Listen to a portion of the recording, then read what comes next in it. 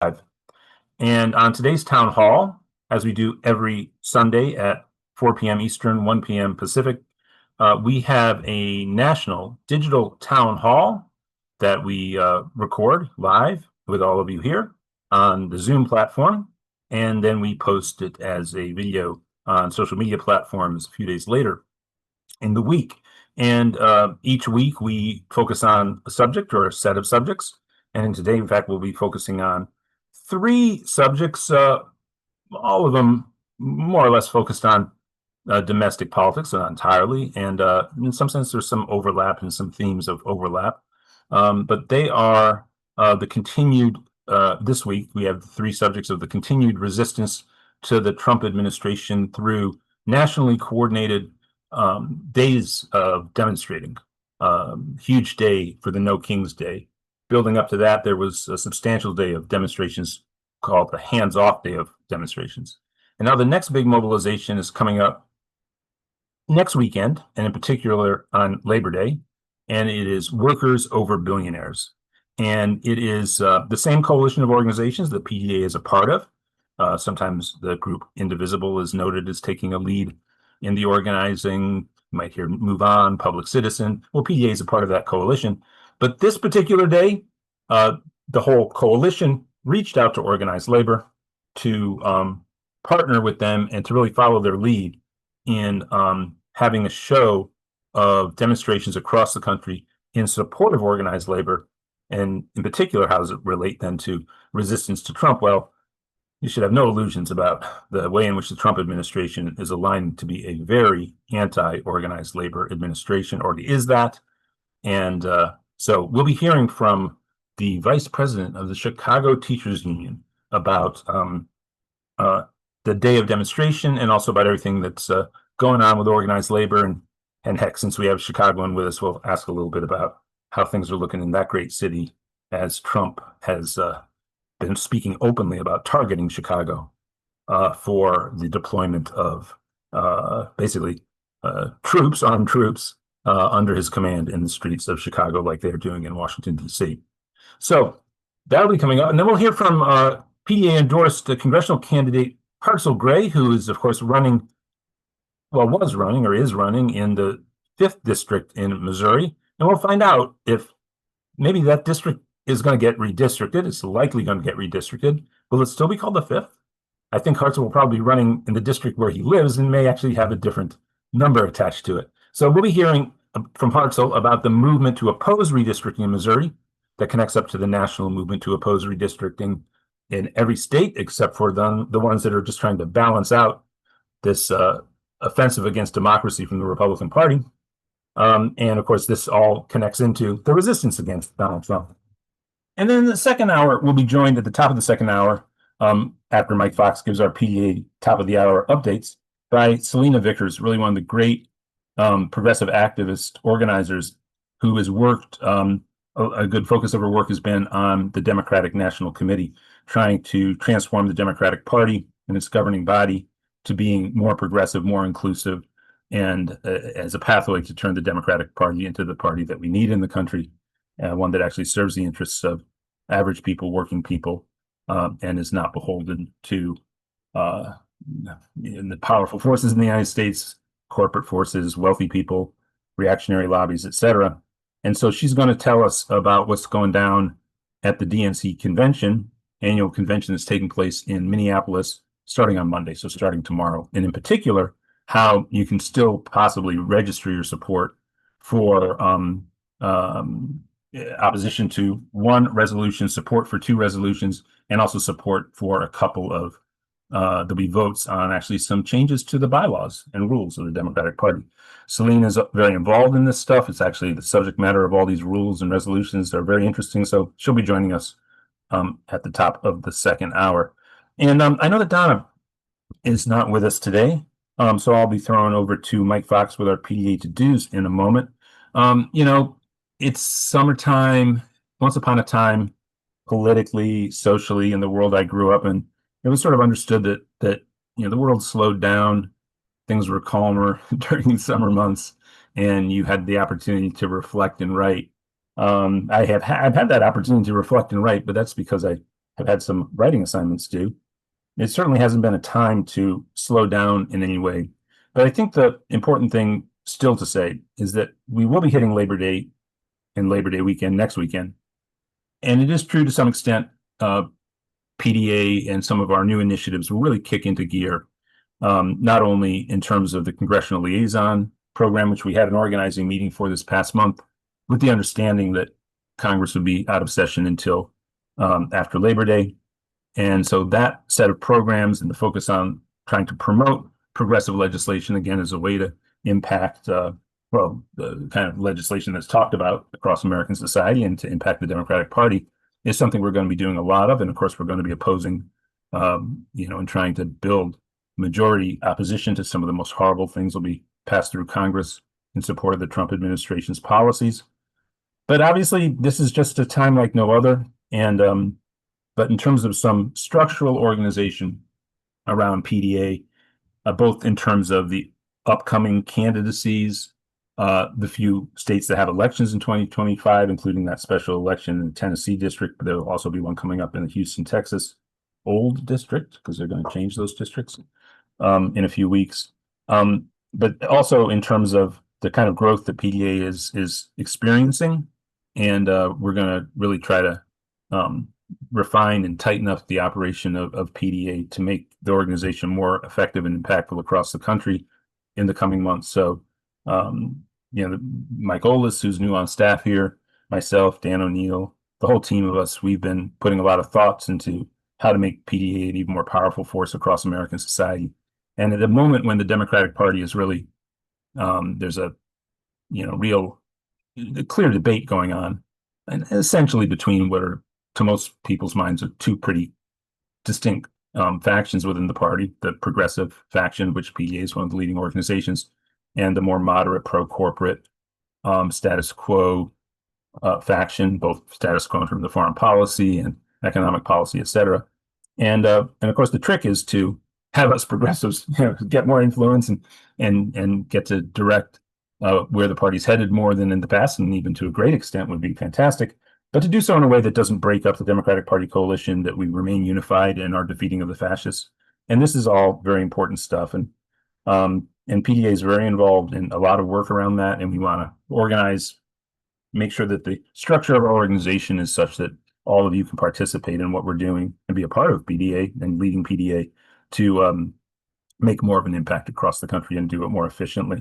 Just along those lines, before I throw it to Mike with our PDA to-dos for the week, I was interviewed by The Guardian the other day. The article come out in a few days about Gavin Newsom. And, I said pretty much what I just said about the Democratic Party and about having to maintain the coalition in order to defeat the fascists, and, where someone like Gavin Newsom fits in. And, I think this is the kind of thing we need to start practicing too, which is to obviously register. Look, Newsom's a business Democrat. I think there was a study done. I did a little research in advance of the interview. And there was research done on his policy positions. And of course, there's a supermajority in both houses of the California legislature. And he would actually register as the most conservative Democrat on policy across the board of anybody in either the Assembly or the Senate. He's a business Democrat, but he's also somebody who had supported Medicare for all, and I think still nominally does.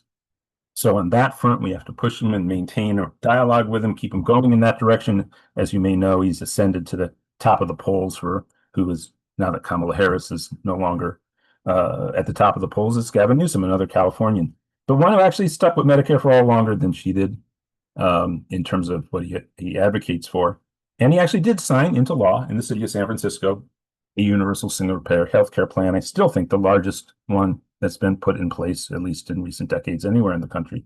So, if we can get him to advocate for it, and then have a real progressive champion defeat him in the primaries. But imagine if both wings of the party have people advocating Medicare for all. And that's the kind of strategy and tactics I think we have to really get ready to articulate across the country, because we do have to hold the Democratic Party coalition together to defeat the Republicans. And we need a really good exchange of ideas with all the party leaders. So that's my thoughts for this week as we head into the obviously the political season supposedly commences. It never actually took a break, of course, this year. After Labor Day, we'll be back next week with another Labor Day and labor-oriented town hall next week. There'll be other subjects too. But we'll be right back to talk about labor mobilizing against Trump and the workers against billionaires demonstrations that are going to be on Labor Day this year. But first, our PDA to-dos with Mr. Michael Fox. Can you hear me, Alan? I can indeed. Excellent. Number one, for all the new folks, I need to apologize for the mask here. I know in today's world, there's a challenge there, and 100% solidarity with all who are saying, no, we don't have masked cops in this country. My apologies, gang. It's a long story. It's a health concern. I'm the primary caregiver for an 85-year-old mother who refuses to get vaccinated. It's a long story. So it's doctor's orders. And since it's disconcerting to some, I'll go ahead and show solidarity with everyone else here. One of the reasons why we don't do open cameras is because in today's world, Zoom bombers show up. So solidarity, all our to-do number one, as always, is to, number one, revel in the fact that you're surrounded by people who get it. Each and every Sunday, we're here 4 o'clock Eastern, 1 o'clock Pacific, and we come here to first and foremost show solidarity with each other. We've got a tough row to hoe in front of us. Can we turn the corner on it? Yes, we can. There is no question. But it does take solidarity with each other, and we need all of us to help pull each other through difficult times here. So please do revel in the fact you're surrounded by people who get it here. Please, everyone, if you're making comments in the chat, try to remain positive, show solidarity with each other, and we shall overcome. And I thank you all for being here. You make me a healthier person just by being here. So to do number two, take notes. This is very much an action-oriented call here. We're going to have a lot of stuff to do. The primary to-dos from a time and treasure standpoint, number one is phone bank, phone bank, phone bank. We got a bunch of phone bankers on the call here. Type in the chat, gang, why you're a phone banker. Ask folks to join us. We need a boatload. I mean, the phone's on fire for several projects over the upcoming week. We've got a special election in Virginia that's coming on the 9th of September that we're piling on. Make sure that we secure that seat. And likewise, the huge events that Alan was referencing, and we'll be talking about quite a bit here today on September 1st on Labor Day. So we need folks on the phone in a big way, pushing out activity, either voting or folks participating in events. So I'll be tossing in the chat the direct link. If you don't see that, go to pdamerica.org/volunteer, or you can just go to pdamerica.org and click the volunteer link on the website. But bottom line, we need everybody on this call. Just pile on an hour with us, and it will be a very productive use of your time. And then number two, we'll be tossing into the chat, likewise, the link to identify where you can join one of these events on the 1st. If you don't see the link, go to maydaystrong.org, maydaystrong.org. Map is right there. Hit it and join your local event. If you don't see one near you, pile on and start one yourself. It doesn't have to be a complex thing. It can be a very simple sign waving on a corner kind of event. Bottom line, what we're looking for here is solidarity with workers over billionaires. So let's all get in the game. And if it turns out you're either a part of an organizing committee that is already organizing one of these events, or if you just pop in and say, cool, I'll have one here, hit us up at info@pdamerica.org so we can make sure that we are showing solidarity with your event. Now, let me underline, gang, we can't do a phone bank for 1,000 different events, and that's what we're cooking right now. But if you're a part of the management crew in your local one, we'll do everything that we can to show additional solidarity with you. Thank you so much for standing up as a leader. And then lastly, from a treasurer standpoint, the vast majority of our work is done by volunteers, and we take great pride in that. However, we do need to keep the lights on, and we would like to expand the total number of stipend organizers that we can get on board with us here. It's part of our growth. So, hold on a second. I've got somebody asking me to share something. Nope. In any event, sorry.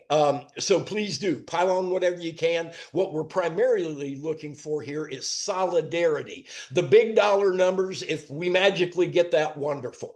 But the goal here is for all of us to show solidarity with each other. Throw in a buck, throw in $5, do it monthly if you can. If you can do more, I'll match the first 3-figure donation of the day. But again, any amount's greatly appreciated. It's all about the solidarity. And with that in mind, I'll see you back at the top of the hour when we take a look at those goals. But now back to you, Alan. I'm pumped about hearing from the teachers. Alan, you're muted. I'm muted and I've turned off There my. you are. Yep, and here I am too. As I look at this great website, maydaystrong.org, and it's just I got to give props to labor unions. They always have the greatest imagery at the top of their websites. So check out maydaystrong.org, and if you actually just scroll down the front page, you can click on the button that says Find an Event, or you can find a map if you scroll down a little further. And, the summary of what's taking place on May Day is labor and community are planning more than a barbecue on Labor Day this year because we have to stop the billionaire takeover. Billionaires are stealing from working families, destroying our democracy, and building private armies to attack our towns and cities, which, by the way, Vice President Potter, is something I will ask you about as you are in Chicago. Your thoughts on that, because since I communicated with you last, Chicago has now joined the headlines in the country as it is being targeted or prospectively targeted by Donald Trump and his administration in the way that DC is now occupied. They're openly talking about doing the same to your hometown. So just like any bad boss, the way we stop the takeover, just as we take on any bad boss, the way we stop the takeover is with collective action. We are May Day strong, working people rising up to stop the billionaire takeover, not just through the ballot box or the courts, but through building a bigger and stronger movement. On September 1st, 2025, we will continue the movement we launched on May 1st. Thousands of communities across the country are taking a stand on Labor Day, and join us. You can find all of that at maydaystrong.org. And with that, I welcome to our town hall Jackson Potter, who is the vice president of the great Chicago Teachers Union. And of course, we have some great recent history with the Chicago Teachers Union, as last year, about a week before where we are right now, a few days before, earlier in the year, Progressive Democrats of America hosted our Progressive Central in the offices of the great Chicago Teachers Union. And so I cannot think of a union in the country I have fonder thoughts of than the Chicago Teachers Union. It was great to be around the offices that week and put on the event we put on, and partnering with the Chicago Teachers Union. So welcome, Jackson Potter. How you doing? I'm well. Thank you so much for that very gracious introduction and the invitation, Alan. PDA was one of the first organizations when Karen Lewis and I were moving to make our union stronger, more militant, standing up for working families and public schools generally. PDA was supportive of us back before we assumed office in 2010. So really a lot of love for you all. But I assume you want to hear more about Labor Day.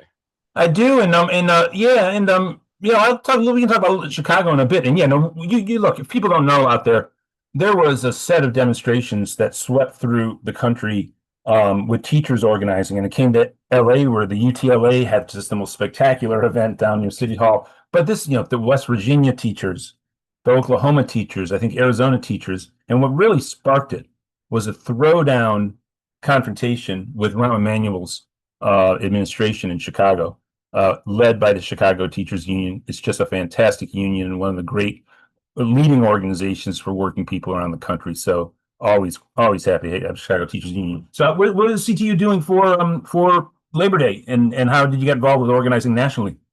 Yeah, so we helped start this May Day Strong coalition, Mhm. and it led to over 1,000 protests on May Day of this past year. It was the all 50 states and the largest expression number of protests in May Day history. And as some of you may know, May Day started in Chicago, 1886, the fight for the 8-hour workday. It's why we have that. The labor movement, the modern version, started in Chicago. We have the most local ones of any city in the country. And that is no small reason why Trump is targeting us, because we're helping lead this national resistance. We finally got, big international unions in motion. The AFL-CIO and Mayday Strong are working together hand in glove to build what will be, I think, the strongest Labor Day that in my lifetime, and maybe in yours. I'm hoping that we will meet the moment. There's a reason that Trump wants to send troops to Chicago. We are hearing on Labor Day to confront this growing set of forces that is resisting the billionaire agenda. And on Labor Day, many of us across the country are going to be marching not just in a park or with our local banners, but we're going to be marching with community, and we're going to be saying no to these attacks on working families. We're going after valor, equity, which Mhm. is Antonio Gracias, a friend of Elon Musk, fellow billionaire, who wants to dismantle Social Security and eradicate benefits and supports that have been with us since the New Deal era, and is anti-union to his core. And we're going to hit a Tesla showroom that's on that route. And we're going to start at Haymarket, and we're going to also go to Target, because we know civil rights forces have sparked a boycott because they are anti-union and they're anti-DEI. And we have the preacher Jamal Bryant from Georgia, who has led that boycott, joining us in Chicago. We have Randy Weingarten, president of the American Federation of Teachers, joining us in Chicago. But we want you all to join wherever there's a march happening in a city, village, township near you. This is a moment where we can't afford to sit back and just sort of watch the grill. We have to be in the streets. Many of us have a day off. It allows for maximum expression of what we stand for, which is civil rights, human rights, immigrant rights, workers' rights. We know Trump is doing the exact opposite. For those who don't realize it, the PATCO lockout by the Reagan administration in the 80s was about 10,000 workers that lost their jobs. Trump, with the stroke of a pen, eliminated union rights for over 1 million federal employees. Right. He's coming for postal workers. He's coming for teachers. We know he wants to dismantle the Department of Education. Um, we think this is just the tip of the iceberg. There have been threats against the National Education Association, which is one of the key union partners in May Day Strong, to revoke their charter.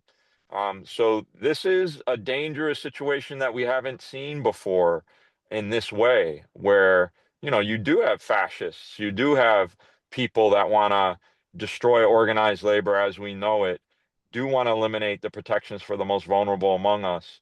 And so we're getting together this week with the Democratic congressional delegation. I think some of what you said, Alan, about we need to have a united front. And even if we're going to push the Newsoms or push the JB Pritzkers to do better and be better, we're Mhm. also not going to allow Trump to lock up more union leaders or political leaders just because they disagree with him. And so we're building that broad united front, across the country. And Labor Day is a really seminal opportunity for all of us to express the kind of growing movement of resistance before our eyes. I couldn't agree more with pretty basically everything you said. And the only thing I would add on, I do think one of the things I always dream of with PDA is that obviously unions and unions were so popular, right? As of like the summer of 2024, if you looked at any kind of public opinion polling you could find on just general questions to the American public, what do you think of labor unions? Do you support labor unions? This thing was crescendoing. I mean, it was getting more and more popular. And one of the problems with Trump when someone like Trump comes in, he's pulling the China shop and all this chaos. It can be hard to remember where the political framing was as of, just the summer of 2024 when we had our event at the CTU's headquarters in Chicago, even. And I think that's probably still the sentiment of the American public towards unions, but there's just not enough awareness about this offensive that's coming down against unions. And I think it's very important for organizations like PDA to lift up the union movement right now, to partner with the union movement wherever we can. And here I'm, pardon me, as I sort of preach out to the PDA members all on this call right now, is that this is the coalition that America really needs, which are sort of free agent progressives around the country, just the millions upon millions of people who gravitate towards the politics expressed by PDA, expressed by the squad members, by Zohran Mamdani, by Brandon Johnson, by Bernie Sanders, AOC, etc. Obviously, this is a growing political formation in the country, but that unions are essential institutional allies within the United States of America for just the obvious reasons that that's how contracts are drawn, so that people can be in the middle class when they have jobs and they can have benefits and securities and fight for the working class in general. In other words, for the 99% of us or 90% of us. So, it's really important on this Labor Day, I think, and PDA really will elevate this however we can to try to get the word out and to get people out into the streets supporting these demonstrations. What is your sense of, the NLRB is just a hot mess, right? This is just a disastrous thing now. What's your sense in talking to union leaders? Is this just going to be, what are the avenues for resistance that you would like to foreground to the PDA audience now in support of the labor union movement? By the way, out here in California, I attended a huge training organized by the County Federation of Labor and the UCLA Labor Center on nonviolent civil disobedience, something that they're thinking about, and maybe the organizers will bring that to the unions in Chicago to propose similar training. But what are your thoughts on how best to support the union movement right now? Yeah, I mean, I think certainly first and foremost, participate in a march near you. Check out the map on maydaystrong.org for September 1st. There's also a free DC event that's kicking off our Labor Day actions, I believe, on the 28th of August. You can find that also on the map on the website. And there is, growing interconnection. This is the first Labor Day that I've participated in where we're doing it alongside bricklayers, carpenters, dock workers, immigrant justice organizations, civil rights organizations, in addition to all of the SEIU Purple locals participating locally and nationally. So these are ties that bind in new and more powerful formations that can then consider ways to bring more workers who don't have a union into these spaces to organize. And we know that, whether it's Cesar Chavez and the United Farm Workers or our predecessors in the civil rights movement, there's always been really tough conditions under which we have organized around, but we've come out successful when we have strategy, connection, and coordination. And I think the labor movement brings that kind of structure into the broader ecosystem in a way that will help us get increasing majorities of workers and their families participating in this moment to defend democracy and our basic rights.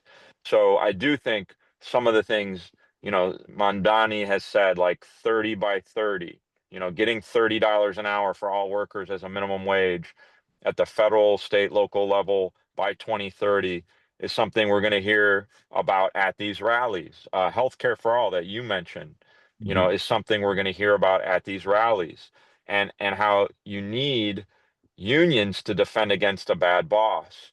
And we got the billionaire bosses who are in charge: Trump, Elon, Gracias, all of the tech bros that have supported the MAGA regime. They're making money hand over fist in a way that is depleting reserves, that people are struggling with higher prices.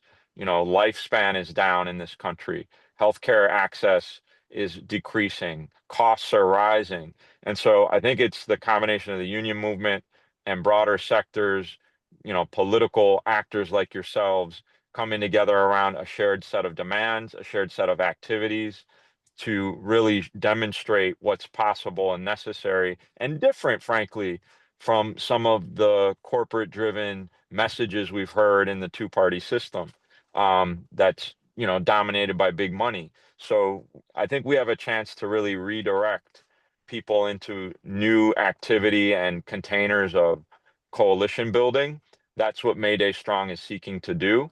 I do think Chicago's going to be on the front lines with this new military incursion. And we're going to be talking about things like, how do we hold mass meetings? And this is something that you get out of a Brandon Johnson, former educator, former CTU member in office, is we can have 500 parent teacher meetings, a shared, unified, set of preparation and discussions and political education happening simultaneously across 500 schools in partnership between the union, between the school district, and the mayor's office. You could foresee, how do we make sure that everybody gets their permit granted if they need to protest and exercise their First Amendment rights, if there are these marauding federal forces trying to contain us and restrict our rights. We're gonna have to use them, otherwise why would we have them? And so, this is not the first time we're seeing it. LA, DC is an example, and it won't be the last. We know there are plans for Boston, New York, Baltimore, and he's targeting Black cities, and he's targeting Black and brown communities. In DC, we know, people are being snatched up and kidnapped, and there's a new stop and frisk policies, and there are, attacks on Black youth by federal agents, and they're deporting people in hours, not days or weeks. And so these are the kind of mutual aid, protections and networks that we're going to have to create. I've heard that people in DC are helping people get around some of the federal, stop and frisk intersections and redirecting traffic. Those are the kind of ties that bind, that allow us to actually preserve our rights, resist, and show a united front in a moment that desperately needs it.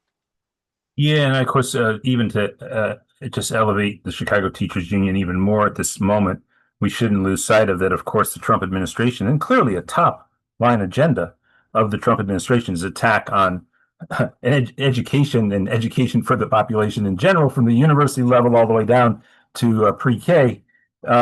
They are seemingly just out and out enemies of public education, between the elevation of various voucher programs across the country, et cetera. And of course, Brandon Johnson, as you mentioned, has his roots in your union. And there's no doubt that what Governor Abbott was doing, who's now partnering with Trump to do the redistricting, to send up people to attack and disrupt Chicago politics, going back to when Biden was still president and Brandon was the new mayor in Chicago, having won a great progressive victory. And so, there's so much there that is, red meat to Trump. So in Chicago, Chicago is not the District of Columbia. The power of the president to deploy the kind of extracurricular troops that are basically blocked in all 50 states. There are reasons that it's against the law. It's Posse Comitatus Act, et cetera. But certainly the fact that the governor would control the National Guard, let alone what happened with the Marines in Los Angeles. What's the sense of fighting back illegally? Do people in Chicago think it can be blocked, or is this now something that people are anticipating, even though maybe it would be blocked by the courts, they're just going to show up anyway, that Trump is going to proceed? So how does that feel like now in Chicago? Yeah, I mean, my understanding is a lot of the military National Guard forces in DC have been relatively harmless. They haven't really been deployed inside of communities. What the harm comes through is through like Department of Homeland Security, Border Patrol, DEA agents. And we've already experienced some of that in Chicago with ICE raids. They tried to grab a 10-year-old from an elementary school because he posted something, so-called incendiary about Trump online. And so, they sent federal agents to go and try and detain this child from his school. But we were well prepared. We've bargained language that prohibits, unless there's a federal warrant signed by a judge that specifies, you know, the need for an apprehension, our school leaders are forbidden from allowing those agents to enter school property. And so that's what happened when that occurred. So I think Chicago has a very robust already set of practices that will be effective in, you know, resisting and mitigating. But there's only so much you can do if they're flooding the zone and going after people, you know, almost without a basis or, you know, a target. They're just, you know, trying to grab anybody who's on the streets or driving around. So we're going to have to also get more versatile in our tactics. And I do think part of the labor movement thinking more clearly about who is in Trump's orbit that is supporting this regime, that's allowing for these unconstitutional practices, that we can exert some pressure on. So you see Tesla, their stock prices go down, Elon defects away from Doge. You see the same thing with Valor Inc. All our pension funds begin to withdraw their funding for his stock, and now he's left the White House. We see with Target that, you know, with civil rights organizations pressuring them, they just fired their CEO. So there's a whole lot of vulnerabilities here where the 1% that are trying to get away with really rapidly dismantling the democracy and our rights are hesitant to be full-throated in their support, because our power in numbers can really deteriorate their willingness, desire, and efficacy when we are in motion. You know, the people power outstrips money power every time. Yeah, no, and it's of course one of the things that's been so disheartening about these last well, since January 20th, I suppose we're at 8 months now of this insanity, has of course been the compliance. You know, exactly what the historian Timothy Snyder said you can't do, right? To give in advance. We've effectively seen that from you know, a set of corporations, law firms, universities, et cetera. Of course, now there's a parade of people giving gifts to Trump. And this, of course, empowers him. But you're absolutely right in that, especially the Target example makes clear, and the stock prices going down, that we now need to realize this has happened. That's a phenomenon. We have to get a message as clear as day over to, you know, the corporate CEOs, et cetera, that their compliance is not acceptable. This is a democratic society. It's going to remain a democratic society. By the way, people don't know the reason it's such a great democratic society is because of the labor movement. You know, I mean, let's not lose sight of the role that labor played and what a struggle it was for labor throughout American history to fight for labor rights, and then what a great compound effect of you know, really bringing the voices of working people and average people and elevating their voices inside American politics in ways that never had been done before the labor movement existed. And you got a weak labor movement, you have a weak democracy now, and we got to have a strong labor movement and a strong democracy. Look, we have about 5 to 7 more minutes left. Does anybody have any questions? And you know, for Jackson, Vice President Potter, and Mike Olis or Mike Fox, do either of you guys have any kind of clarifying questions about Workers Over Billionaires and the Mayday Strong website and how people can learn about where the demonstrations are? Yeah, just hit the link, go to the website. It's all self-explanatory. If anybody has any question at all, hit up info@pdamerica.org, and we'll hold your hand through it. And I see, if I could take a bit of personal privilege here. I know Dorothy had her hand up before. If we can get to her first, that'd be great. Yeah. Okay. And by the way, on the website too, I noticed on the map that LA demonstration somehow wasn't listed on the map yet. But if you go to find an event, and I typed in my zip code, I found the event in Los Angeles that I will be attending on Monday down near City Hall at 4:30 p.m. Dorothy Wright, please unmute. Dorothy, please, there you go. Okay. So I got a very interesting little article that Ted Vail just wrote, positing that, fantasy thing, saying that in Chicago, ICE came in and then the governor called up the National Guard himself and they fought, yada, yada. But it occurs to me that all these governors need to proactively call up the National Guard so that they will be in charge of the National Guard, not wait to react to Trump or let Trump have a chance to call up their National Guard. They should be ready to defend their cities with the National Guard that they will control. And hopefully there won't be any shooting, but this is what needs to be done because we're at war here. And Governors Pritzker, Gavin Newsom, the governor of Maryland, the governor of Massachusetts, governor of Illinois, they all need to call up their National Guard now and have them on at the ready in case Trump invades their cities. Your thoughts on that, Jackson? I mentioned the AFL-CIO County Fed out here organizing these brilliant nonviolent civil disobedience trainings, and part of that was an element of the labor movement out here in Southern California. James Lawson, who actually introduced Martin Luther King Jr. to nonviolent civil disobedience, had moved out to run Holman United Methodist Church here in Los Angeles, and so Cameron Bass, among other people, and the young Antonio Villaraigosa and a bunch of the labor leaders, Maria Elena Durazo, they were all students of Lawson when they were young. And this particular clique of people who moved into the upper echelons of the California Democratic Party and the labor movement here. But what are your thoughts about what Dorothy just outlined would be definitely seen as an escalation, stronger than what Newsom has been doing. But what are people thinking in your orbit around nonviolent civil disobedience, making clear where labor stands in opposition to the destruction of our constitutional republic, et cetera?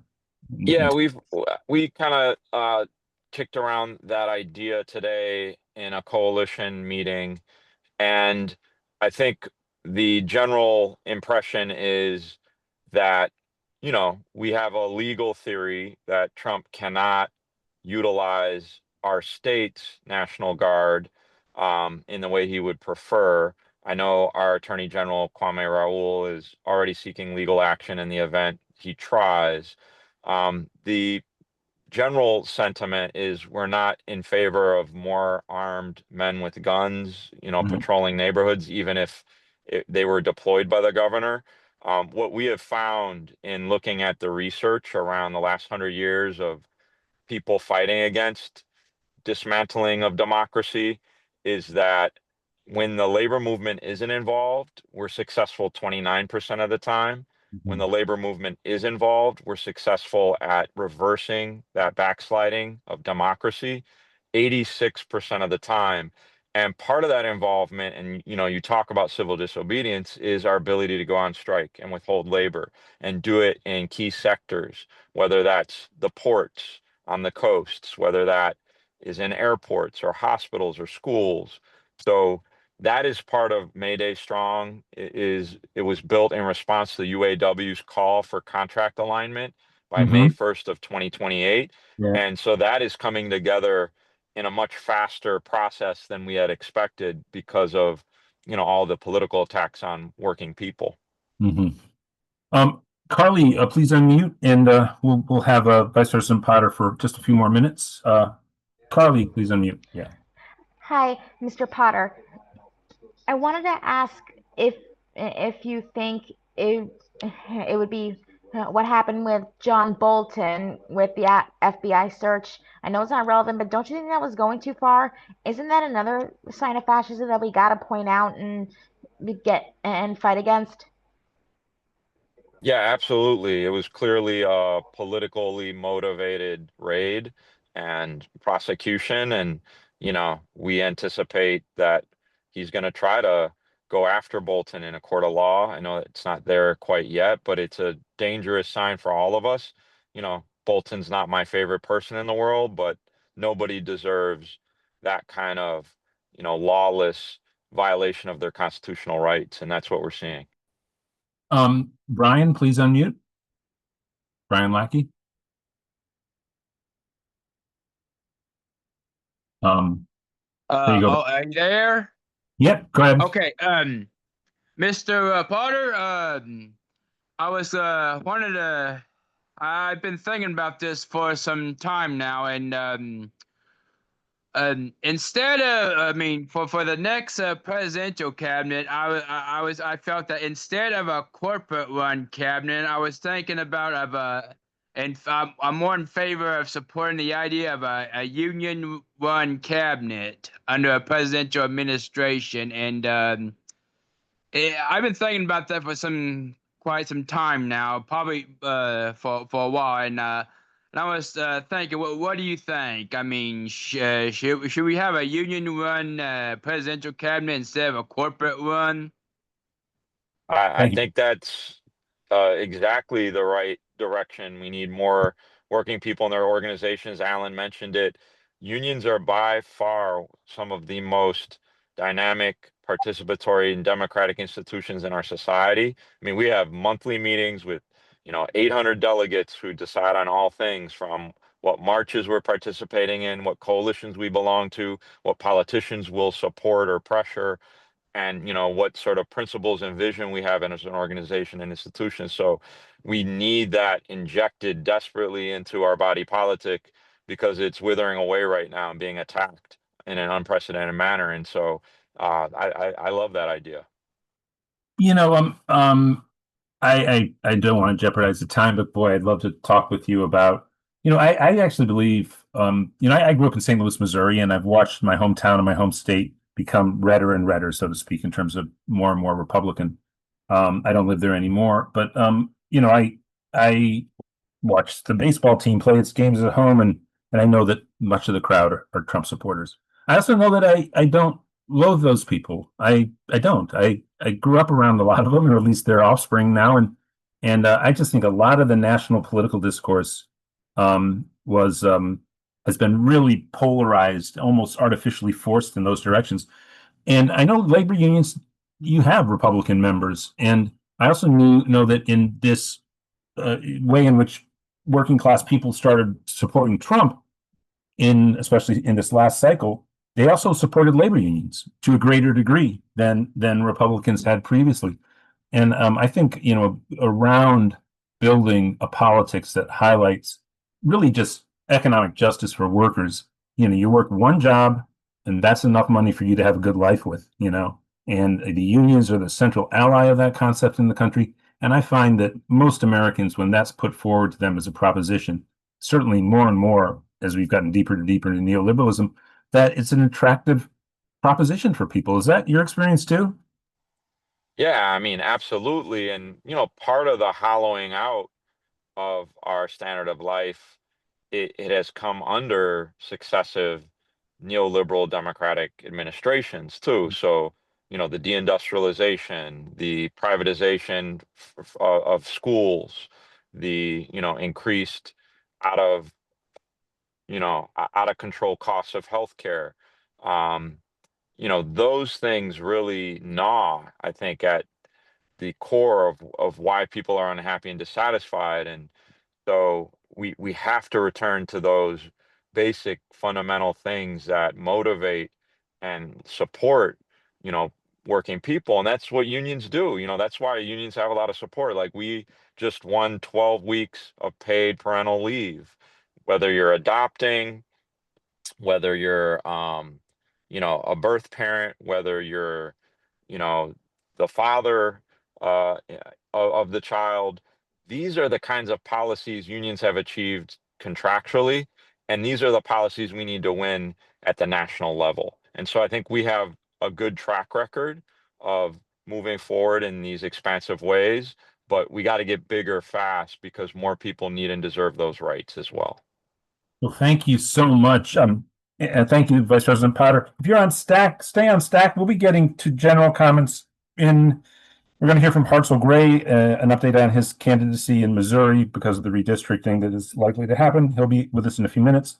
And then we'll have our, hold on a second, Jackson. I'll be back with you in a second. Then we'll have Selina Vickers after the top of the hour, after Mike gives his PDA to-dos. But for now, just final summary about where people can find out about the demonstrations in their areas, because these are national demonstrations taking place on Labor Day.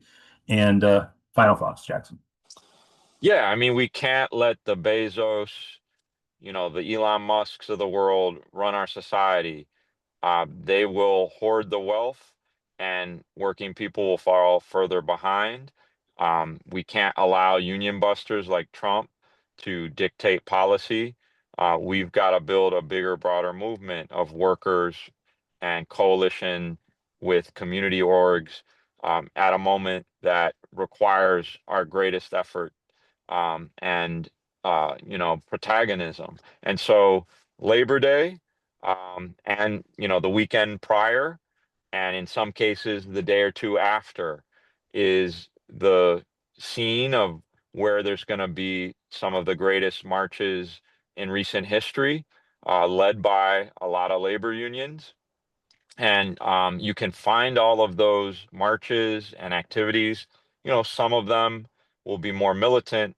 Some of them will have some of the disruptive tactics that we've talked about on this call. And some of them will be, maybe more political education minded or relational, but all of them are necessary. So wherever you live, check out maydaystrong.org and sign up for a march near you. And this is important, and this will be the last thing I say, if you can't find one when you put in your zip code to the search, like what Alan suggested, if there's nothing, you can build one yourself, big or small, whatever you're capable of mustering would be, hugely important and welcome. And building our community and movement in this moment is more important than ever. So yeah, maydaystrong.org, find a march or an activity near you, or sign up to become a host to organize your own. And really appreciate this time with you all. It's been a pleasure talking with you today. Thank you so much in solidarity, and thank you, the Chicago Teachers Union. Thank you, Vice President Jackson Potter of the Chicago Teachers Union, for letting us know about the demonstrations on Labor Day. maydaystrong.org. Check it out, people. Thank you again. And before the top of the hour, we're going to hear now from Hartzell Gray.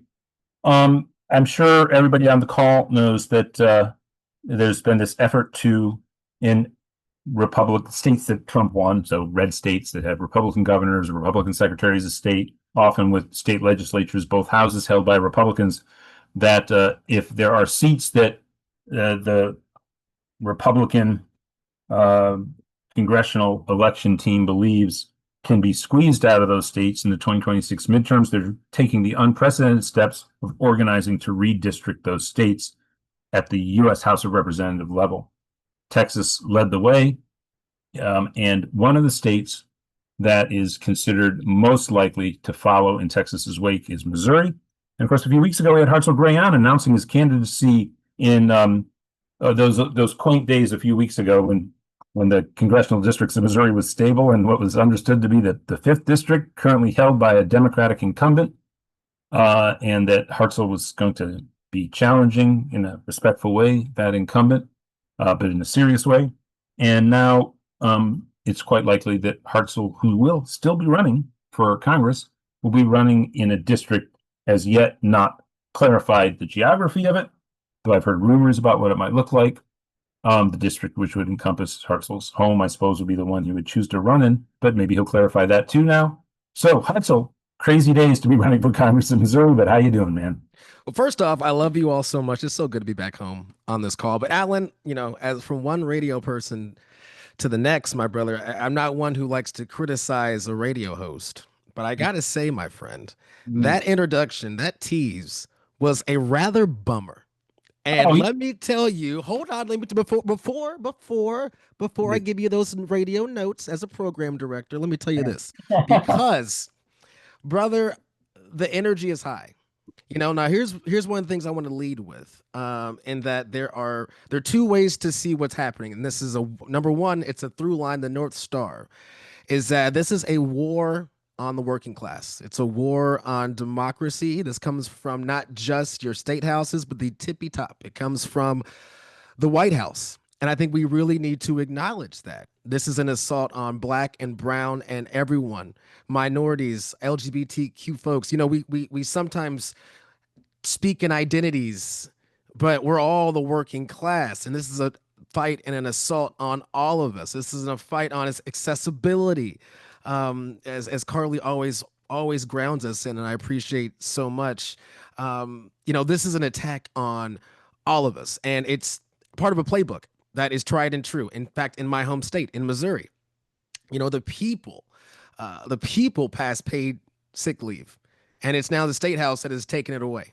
You know, we have these things called initiative petitions. You can make a direct democracy to amending your state constitution. You know, it's actually one of the things that makes us a special state and really shows democracy in action. But we've got the reactionaries and the right wingers in Jeff City who refuse and are terrified of the power of the people. And so they took that away.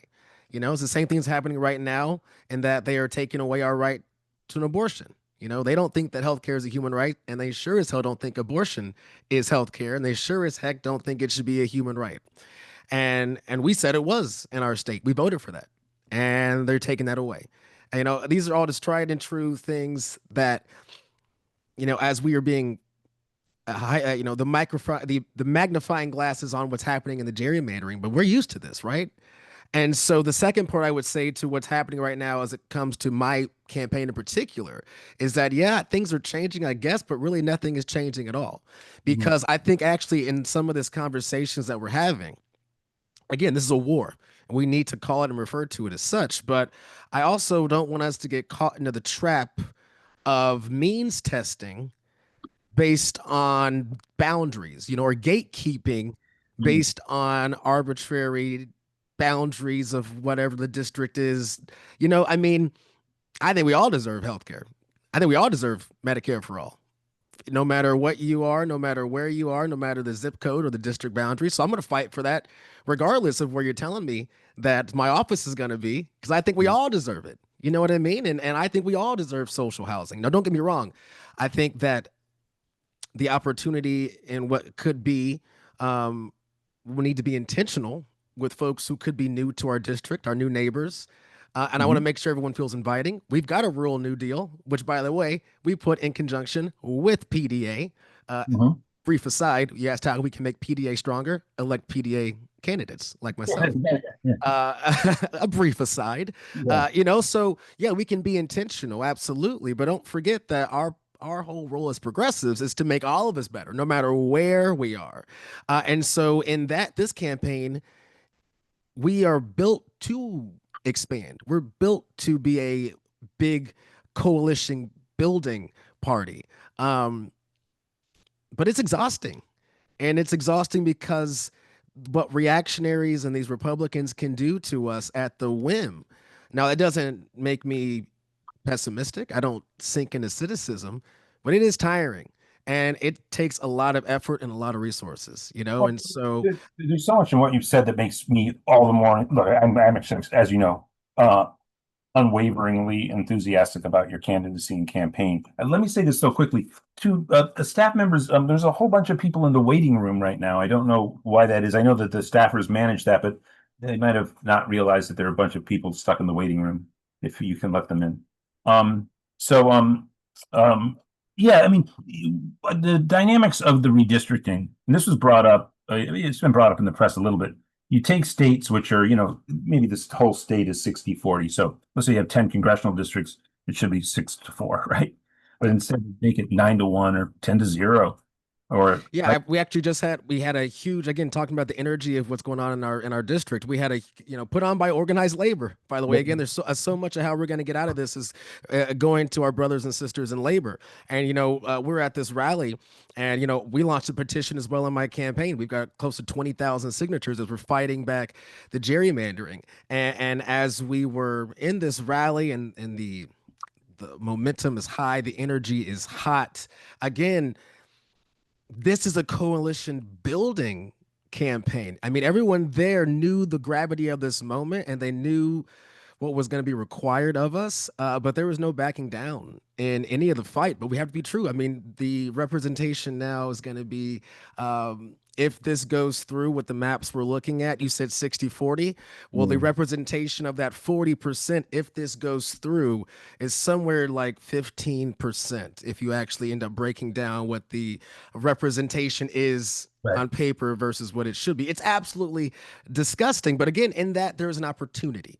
But we just need to be, you know, as I say all this, we need the resources just to continue to do that. You know, like I said, you know, I say that this thing is, it is exhausting, but I mean that in the best way possible. You know what I mean? Like we're not phased. We're just back back into the trenches, but we Well, never left to begin with, you know? But if you just look at the arithmetic of it, the logic of what they're doing on gerrymandering is okay, so say the state was 60-40. They make districts that are 65-35 Republicans, and the Democratic districts are 80-20 or 85-15, which can tend to be easier because Democrats tend to live clotted in the major population centers. But now, if you split those districts up, you naturally start drawing all the districts back down to 60-40. Some even maybe 58-42. What does that mean? Yep. When you have a very unpopular president, they're trying to beat the election, and you have a great candidate like Hartzell Gray? Can you tell? I mean, this is again why I told you, my Yeah, brother, right. that you had a bummer of a lead, my friend, because this is opportunity. You're right. You are explaining why we have such an opportunity in this moment to maybe even expand our coalition further than we would have even thought last month or 2 months ago. I'm sorry, I'm stepping on you. I'm radio too. You know how we go. No, well, I'm spelling it out for people here. The point being, Absolutely, yes. okay, first of all, the likelihood of you winning the nomination if this is a new district is much greater because it's almost certain the incumbent stepped down, and you might not even be in the same district as that incumbent. So there's that, but much higher likelihood that you win that, and that would have been the barrier that you might have faced and had to overcome as it was in CD5. So not only does that take you all the way out to November, it gives you an opportunity. There will be attention to these gerrymandered districts across this entire election cycle because they'll be drawn down to be closer than they were in Republican-held districts previously. And we're going to make a big move nationally among the Democratic Party to win those. And I can think of no candidate in the country who will really inspire young people to get involved with the policies that we promote here at PDA and that people need in this country than your candidacy. So I just wanted to get you on today to clarify that for people, that if they're wondering, what's going on with your candidacy, because they're seeing that Missouri's getting redistricted. They may even see Missouri's getting redistricted to eliminate Cleaver's district, right? You'll even see that in some articles, right? Well, that's the thing. And that's the thing that, if I can be honest with you, one of the things I've noticed on the ground is that, and again, grassroots folks who I'm talking with, knocking door to door, they're fired, they're ready to go. They know this is a fight, but they're not referring to it as Cleaver's seat. Oh, yeah. This is the people's seat. And when you're running against an incumbent of 20 years who has all kinds of corporate money and insurance money and foreign money, you wonder, especially after 20 years, you wonder if that name becomes an institution which becomes a little bit calcified, right? And I can tell you that's not the case here. Now, the case is that our folks are ready to go because they see this takeover. You can't unlearn what you have learned. Look at this. These folks, if we're at this labor rally, this is coming from our folks on the ground who are saying, you've got a president who's going to try to take away our rights to cover up for being on the Epstein list. Now, I didn't say that, but our folks are saying that. Our folks are also saying is that the rent is too damn high. Our people are saying that you're kicking us off of Medicaid and you're taking our health care away. And this is all related to gerrymandering because we're saying it in the same rally, because if we lose these seats, that is what these people are going to do. These are bad people who want to add more numbers so they can take away more of our folks' health care. And in their hubris, this is Star Wars dark side stuff. They just are blinded by their hubris because, like you said, they've overstepped. Because you know what? I can expand this coalition. You don't want to, Kansas City, let's call it what it is. This is disenfranchising Black and brown people. All right, let's not stop on that. There is an opportunity here, but let's not lose sight about what is happening. Black single mothers are going to lose being able to get their kids to school. Black men who are not going to be able to get that therapy or that treatment are going to lose their lives by suicide. These are real things that are happening every single day. So I don't want to get caught up in the fact that we are going to expand this tent. There are people who are dying right now. And that is what they're trying to do with every seat they're trying to take away from us, is they're trying to send more people to DC to sentence us to death. But again, they are blinded by their evilness and they have overstepped. And they're going to make districts that are going to be upsets. upsets to them, but not upsets to us, because the reality on the ground says that we all deserve healthcare, we all deserve housing, we all deserve broadband, we all deserve to know that our money and our resources aren't going to fund forever wars. What we want is a government that makes us whole, and that's everywhere. Again, there's no boundary that says that I don't want healthcare anymore. We all want that, you know? And so I'm happy that I'm here on this call to remind folks that we got us. All right. So this seat is very much still up for grabs. And like I said, our job just got more intentional. It just got more efficient, but we can do that because we're progressives, because our playbook is meant to expand. Well, another thing that people deserve out across this country, Hartzell, is to hear your political perspective, because too often in districts in rural America and small town America, you might now be running in a district that has a large component of that. You rarely get progressive Democrats in competitive races against Republican candidates. Now you're going to have that, and they're going to hear a whole different message from a Democrat than what they would hear for the person who would be running in the seats in their districts. And you're going to have a lot more attention because you're going to be one of the highlighted seats that are going to be seen as swing seats across the country. We do have to go to Selina Vickers in a minute. And let me say this. Let me give you a quote you can clip real quick. This is the show me state, and the Republicans have just shown their asses. All right. So we're about to get theirs. That's what we're about to do. We are coming for theirs, is what we're about to do. Expect us. And so we got this. We got us. That's very South Parking. But what I want to do right now is get a way to donate to PDA and to Hartzell's campaign into the chat, and ask everybody to donate right now money that will be split between PDA and Hartzell Gray's campaign for Congress. And let me also say thank you. When our launch was incredible, we had a goal, I believe, of $1,500 to $2,000, and we went. Oh, it was $1,500, and we went over that last time. So I just want to say thank you. I'd love for us to match that again, but just thank you all so much. This is home. PDA is family. PDA is home. And when I get to DC, PDA is coming to DC. And that's how we get stronger. We get stronger together. And you talk about my political perspective. It is shaped by all of us in this room, because there's group brilliance in here. And I am honored to be walking in step and in tandem with us. So. Do you have time to hang out? Because we'll go to Selina Vickers. We got time. Lena's got a meeting at the top of the next hour, so I know she's joining us from a remote location. She is in Minneapolis, or in Minnesota. The DNC annual convention is taking place in Minnesota. But just again, folks, if you go to the chat right now, you should be able to see, and everybody should be able to see there from Mike Fox, a message saying, "Help Hartzell win with a contribution."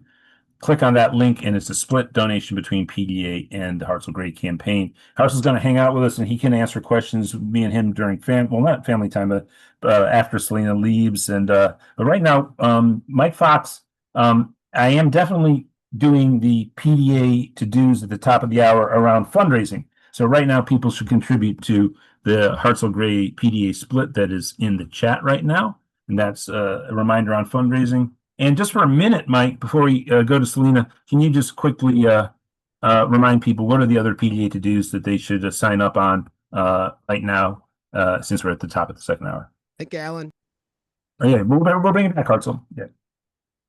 Okay, am I up? Yeah, you're up, and then we go to Selina. Yeah. Okay, cool. And I'm not seeing Selina, so I'm going to need Selina to raise her hand and get her co-hosted or something.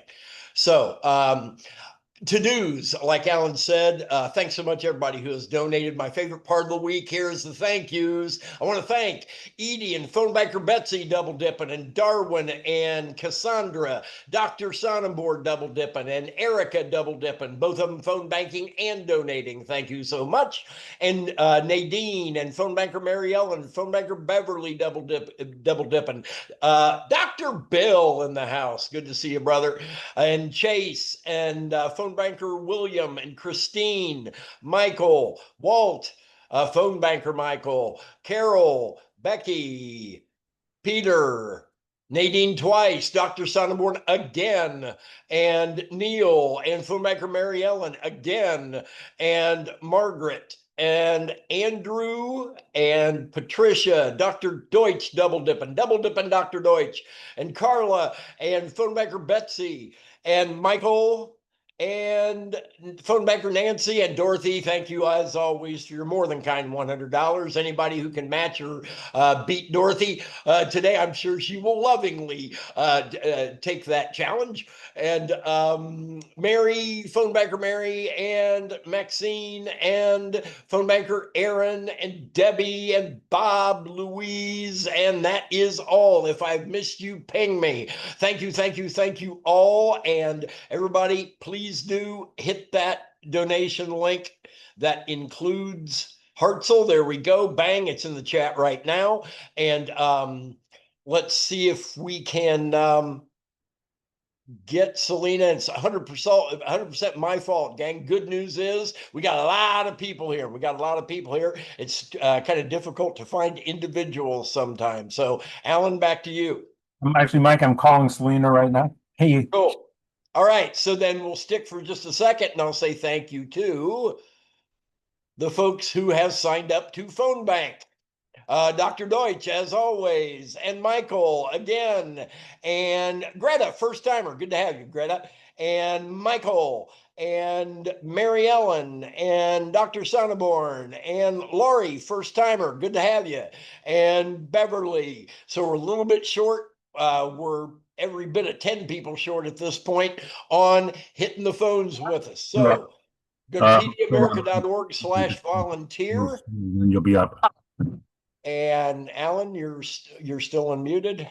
Yeah, no, and I got Selina on the phone. She can't get on for some reason from her remote location, so she's going to speak to us over my phone. Okay, cool beans. I love it when we make it happen, however we make it happen. Back to you, brother. Can you hear Selina? And Selina, welcome, Selina. Thank you so much. And can you guys hear me okay? Mike? All good. Good. Yeah, we can. Okay.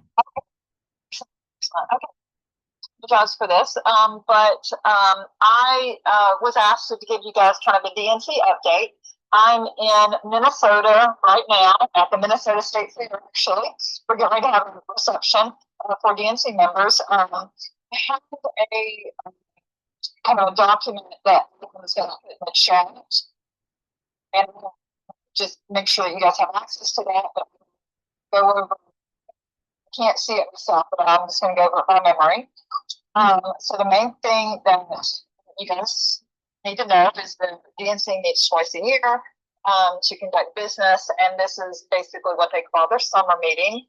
And we sort of start tonight, so the reception, and then we'll have a general session tomorrow to basically ratify the standing committee people for this term and for at-large appointments. Now, what I think that we should all be very, very, very proud of is that this is the first time that I believe it's the first time in history, but it's the first time that I'm ever aware of it, that the DNC chair has given up power to allow the DNC members to basically elect some members. So the DNC chair, who's now Ken Martin, has the ability for the bylaws to appoint 75 at-large members. And then what typically happens is that chair then handpicks the majority of those handpicked at-large members to be on the standing committees where all the work gets done. And so what many of us reformers have done, and Ken is a reformer, he's been a part of this, he sees the importance of it. So what he did is he limited himself to, I think it's like a little over 60 at large, and then allowed the different diversity caucuses and regional caucuses to what they call elect, but really they just elected them from their caucus or council, and then he's putting them on his slate. And so all these people will be ratified tomorrow. So, and then I'll talk to you in a minute about he's actually changing the rules and bylaws to kind of codify that. And then the same thing with the standing committees. There are 5 main committees. rules and bylaws being the most important, in my opinion, resolutions, credentials, budget and finance, and executive committee. And of the first three that I mentioned, resolutions, credentials, and bylaws, he allowed the diversity caucuses, and not every one of them, but I think most of them, and the regional caucuses to select standing committee members for each of these. And so some of you all, I was 2 weeks ago, and I was running for a finals committee member from the Women's Caucus. I did not win that. I really thank everybody for what you did to make the phone calls and helping me with that. But I did come in second, and I certainly got made a point of the issues that I cared about, and got a lot of discussion about that. And I'm really glad that I did that. And then what I ended up doing is running for credentials committee on a different caucus, on the Southern Caucus, and I did win that. So I am on the credentials committee. So, okay, so back to tomorrow morning, we're going to ratify the new at-large slate and the new standing committees. And again, this is very historic that we have this opportunity. Definitely progress in terms of small d democracy inside of the DNC. The other thing that's going to happen is all of these diversity caucuses and councils that I mentioned are doing elections for their chairs and vice chairs and secretary and treasurers, and then the regional caucuses get to select members to go to the to represent them on the executive committee. So there'll be a whole bunch of elections that will be taking place this week. And then on Wednesday, we'll have another general session and basically vote on the business of the week. Now, one of the businesses that I'm really excited about is the rules and bylaws. In the document that Alan put in the chat. And I'm actually just copying and pasting the text of it. Because I don't know if the Google Doc will be available for people to read, but I'm actually putting the whole text of the important part. So I'm doing it one post at a time. I put in all the calendar. Now I've just posted what you're about to speak to, the 2 amendments that you support. So go ahead. Okay, yeah, and it just I'm like 99% sure that is a public document. I did this speech with the West Virginia PDA the other night, so I think that is available. It's fine if you want to post it, but this is good. This will kind of let people follow along as I'm talking about each issue. So exciting news with rules and bylaws. The most exciting thing that I'm just really thrilled about is one, Ken Martin has introduced a series of amendments to the charter and bylaws. And one of those is to codify the superdelegate rule. So many of us remember the disastrous 2016 election where superdelegates basically said, we don't care what primary voters think, we're going to put in who we want. And West Virginia was one of those. Bernie Sanders won every single county in West Virginia. However, he lost West Virginia at the convention because 8 superdelegates said, we don't care what West Virginia voters think.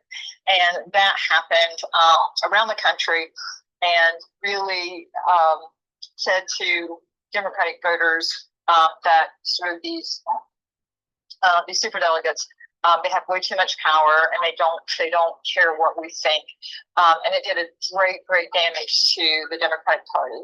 And so what happened after that is there was the Unity Reform Commission and a report that Bernie and Hillary both had people on. And Trump Perez was the chair at that time, and what he did, there were recommendations to reduce the power of superdelegates. And so what they ended up doing is putting in the delegate selection rules, which is good. It was a win, that superdelegates could not vote on the first ballot unless there were so many pledged delegates for a candidate that it doesn't matter how they would vote, it wouldn't change the outcome. Well, that was Hey, everybody. Selina's phone call dropped. So, can you hear her? Okay, Mike? Mike? Hello? I think we lost her, Ellen. I'm not hearing anybody. I know, but could you hear Selina? Her phone call just dropped. Yeah, kind of. She sounded It was great, yeah. breaking up. It was breaking up? Yes. Well, Hartzell, you said it was okay. Mike says it was breaking up. Yeah, it was good on my end. Sorry. Okay, I'm calling her back. The wonderful world of technology. We shall overcome. Yeah, you're up, and you were just talking about, you were on to the second resolution, I think. Yeah. The second amendment, yeah. Was I got the delegate selection rules, which was all that Tom Perez could get done. He didn't have 2/3 to get that in the charter and bylaws, but he did have was able to get a majority of the DNC members to get that in delegate selection rules. But the problem is delegate selection rules get changed every 4 years. And so it was really important that we figured out a way eventually to codify that rule, or even a better rule, into the charter and bylaws. So that's what's happening. I talked to Ken. I was worried that we would have 2/3 because some people really, the super delegates are us, DNC members, and other people, and it's hard for people to give up power. And I'm like, Ken, do we have the votes? Do we have 2/3? And he feels that we do. It will be interesting. It'll be very interesting, and all this stuff will be on YouTube, on the DNC's YouTube channel. I think it'll be a very interesting session on Wednesday, and also in the Rules and Bylaws Committee, which will be, I believe, Tuesday night. So anyway, big important reform that is 9 years in the making. The other thing that Ken is doing, you'll probably have heard in the spring about Ken's officer neutrality rule. He wants officers and staff to be neutral in the primaries. So what happened with we all remember the WikiLeaks, where we saw that Debbie Schultz and the staff were doing all kinds of things to try to harm Bernie Sanders and help Hillary Clinton. That stuff will now be absolutely forbidden. I don't know if it'll still go on or not, but at least it will have it in the rules very, very clearly that it's not allowed. And I do believe that Ken has every intention of, while he's chair, to enforce that. There are other things. I'm going to run out of time, so I can't go into all of the reforms. But anyway, there are a lot of really good things in that rules and bylaws amendment piece. Yeah, and I did put the Google Doc link into the chat. I'll put that again in the chat. I just typed in the first resolution that we're supporting, which is, of course, a resolution that follows from the Arizona State Party and the North Carolina State Party passing even stronger resolutions about getting big money out of Democratic Party primaries and dark money out of Democratic primaries. So there is a resolution at the DNC level, not verbatim from the Arizona or North Carolina resolutions, but PDA fully supports. We actually wish, of course, they were verbatim for what they said in Arizona and North Carolina. If you look really closely, I would say that it's not quite as strong, but it's much better than anything we've seen, and it's going in the right direction. And it's clearly showing that people who vote for this resolution, support resolution number 4, they are calling for the end of the reign of big money and dark money in Democratic Party primaries. So I put that in the chat. Anything to add to that? When will that vote take place? When will the vote? Now, this is a little different than the Bylaws and Rules Committee. The essential vote here is from the Resolutions Committee. And when is the Resolutions Committee happening? Good question. I think I have it in that note. I think the Resolution Committee meets on Tuesday morning. I'm pretty sure it's Tuesday morning, but I'm not 100% positive about that. But just anyway, check that schedule. Somewhere in there, in that thing is the actual schedule. Yeah, there's a link to the schedule right at the top, so check there. And we are making calls to the Resolution Committee members at PDA. So if you're interested in doing that, contact Mike Fox, either at info@pdamerica.org or Mike Fox at pdamerica.org, and we can get you on the call team, try and make sure that resolution passes. And then there are the two competing, as it were, Gaza resolutions. Any thoughts on those, Selina? Yeah, I think that's 3 and 18. Right. So 18, I believe, was introduced. I don't remember her name, but she was as a DNC committee woman from Florida.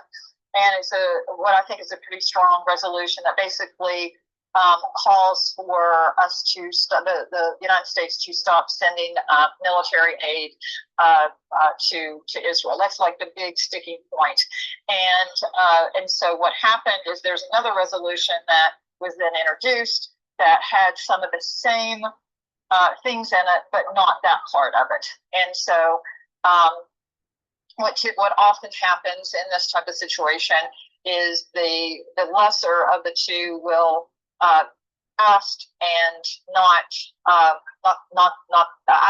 imagine what might happen is number 3 will pass and number 18 will either not pass or for some reason not get taken up. What could happen is then on the floor on Wednesday, it's possible for that to get taken up. I think it has to have 2/3 to get brought up from the floor if it doesn't make it past committee. I don't think there will be support for 2/3. I think the best thing that will come out of this is that there will be good discussion and debate on the issue that in the resolutions committee and and perhaps on the floor. But that's probably and I think it's really important for DNC members to hear from their constituents about how people feel about this, because it is it's going to be a controversial issue, and at the DNC this week. Well, we have a PDA actually quite strongly supported Resolution 18. I put Resolution 18 into, that is the one that calls for, again, for the DNC to call for an end of arms sales to Israel. Obviously, in the context of what's unfolding and transpiring in Gaza currently and is ongoing. And so we do encourage, we are making calls again to support Resolution 18.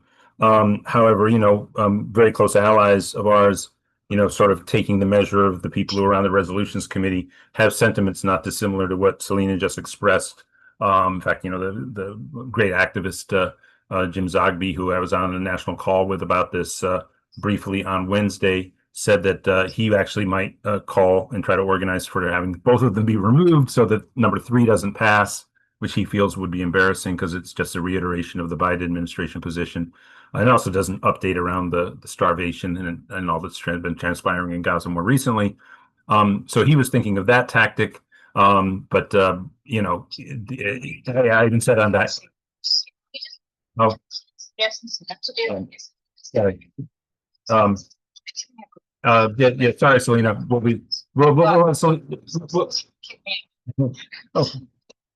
just want to mention really quickly is the other thing to watch for. The Credential Committee already met. They met a couple weeks ago on Alabama. There will be a report on that. I don't know exactly what's going to happen, but it's basically, there's not time to tell you about the multiple levels of discrimination that have happened in the Alabama Democratic Party for years and years and years and years and years. And that needs to be fixed. Like at some point we have to draw a line in the sand and say no more. And the DNC has a responsibility to Alabama and to Democrats in Alabama to make sure that the rules of the party are followed and they have fair elections and fair notices they're needing and things like that, so people have an opportunity to participate. That doesn't happen in Alabama. I don't think it's going to happen anytime soon, especially with the result of this Credentials Committee, which is the old Credentials Committee, the outgoing Credentials Committee. So there will probably be at least some discussion on that. And I strongly oppose the current position, which is basically to just allow this, kick this down the road again. So anyway, those are the things to watch. And the last thing I just want to say is it's always better to be a DNC member and to make the decisions that you need to, rather than begging the DNC members to do the right thing. So I encourage everybody to find out how you can become a DNC member in your state. And or if you have really good ones, support them. But we are in the position we're going to be able to pass this superdelegate resolution and the other reforms, not resolution, but rule bylaw, because over the 9 years there's been enough people who have worked to get into the DNC that so now we have the numbers. I believe that we can do that. So please don't give up on the party. Work to reform the party. Thank you so much, Selina Vickers. You are a blessing to PDA and to the entire country and to the Democratic Party. Have a great time up there and organize well. And I actually very much wish I could be at the meeting. I have family obligations here. My partner is in England, and I'm single parenting for 3 weeks and made an agreement not to leave LA during these 3 weeks. So have a great meeting, and we'll be in touch. And yes, so the two bylaws that were put into the chat, and the rules and regulations committee, and then the resolutions committee, which meets on I believe Tuesday morning. They'll put the whole package forward to the general body for an up or down vote. And again, the Israel, but the two competing Gaza related resolutions that will be fought out in the committee initially. So you would want to call committee members if you want to be heard on that. And thank you so much, Selina, and we will talk to you soon. Yeah, bye-bye. Thank you. Well, thank you, everybody, and thank you, everybody on the call, for your patience. And I hope people could hear well. Hartzell, how well could you hear? I heard fantastic, and I'm just wondering real quick. I was able to get our a couple campaign videos loaded. Is it okay if before we get out of here, if I can just play 2 quick videos? They're only a minute apiece. Yeah, only on the condition that you and I take this stack of calls before we get to the top of the hour and we go to family time. How's that sound? Absolutely. Okay, let's see these. Oh, we got to make you a co-host so we can see your screen. You should be able to. Let me see if I can do this right. How about this? Survey says, can you see me? How about this? I can see something. Looks like a storefront. Looks like another storefront. Looks like. All right, are you getting sound on that or no sound? I'm hearing you, Hartzell. You're okay. Talking. So you're hearing no sound. Well, let me just do this then real quick. Let me make sure that I am sharing my audio as well. Hold on. Here's what we'll do. And when we're done with the videos, which everyone should pay attention to, because I imagine Hartzell has something to do with your campaign. It does. Yeah. No, there we go. Make sure I got the sound here. Oh boy. The first on Stack Out, by the way, when we're done, is going to be Bob Cesario, because he's from Missouri, and of course we'd love to hear his thoughts on everything. In fact, why don't you get that first question? I'll get this audio fixed. Okay, Robert Cesario from Rolla, Missouri. How you doing, Robert? Okay, I'm actually in Caroline, Texas at the moment, but I'll be back in Rolla in another week. Anyway, a couple things. Hartzell, as always, you're inspiring to listen to, and I appreciate it very much what you're trying to do. I hope things go well for you. One thing I've heard, and I don't know how likely this is, but I've heard some Democratic leaders in the legislature talking about the fact that the last time the legislature tried to do this extreme redistricting, going down to 1 or 0 Democratic seats, that a vast majority of the Republican members voted against. Do you have any read on what the likelihood of that happening again this time is? I know last time Trump hadn't laid his hand on the scale, and so unfortunately, I do, and it comes to me from the great PDA organizers in Indiana. Indiana is Missouri and Indiana are the second and third states where this is spoken about, actually, along with Ohio. Right. And those are the 4 Republican states, and Florida being the 5th. And in Indiana, right out of the bat, there were a number of people in the state legislature, Republicans, who voiced reluctance. I wouldn't say clearly we're going to vote no, but some I think might have gone that far, but certainly reluctance. And that sort of was out there free floating for a couple of days. Phone calls from Team Trump reached these people, and you had a unified Republican caucus in both houses after that. It's my understanding that they all capitulated. This is the insane moment we live in. And you can't depend, and that's the thing, we just can't depend on anyone, any of these reactionary Republicans, but especially here in Missouri and in Jeff City, the state house, they are all just Trump sycophants and goons and goblins and stooges. And you're right. I mean, we were able to fight off that charge the last 2 different sessions, I believe, here in the state house. But you're right. Trump has now given his marching orders. But the thing is, this is not popular in my district. This is not popular in our states. This is not popular in this country. And so I know I will be going to Jeff City. There's going to be, of course, our Labor Day actions that we're going to be taking, but I will be in conjunction with activists and organizers headed to Jeff City on September 10th, where we will be peacefully, civilly disobeying. And because this is worth it. This is, again, a war on our working people, a war on our Constitution. So we have to have us. We are now past the point of wondering or even hoping or considering that they're going to do the right thing. They're not.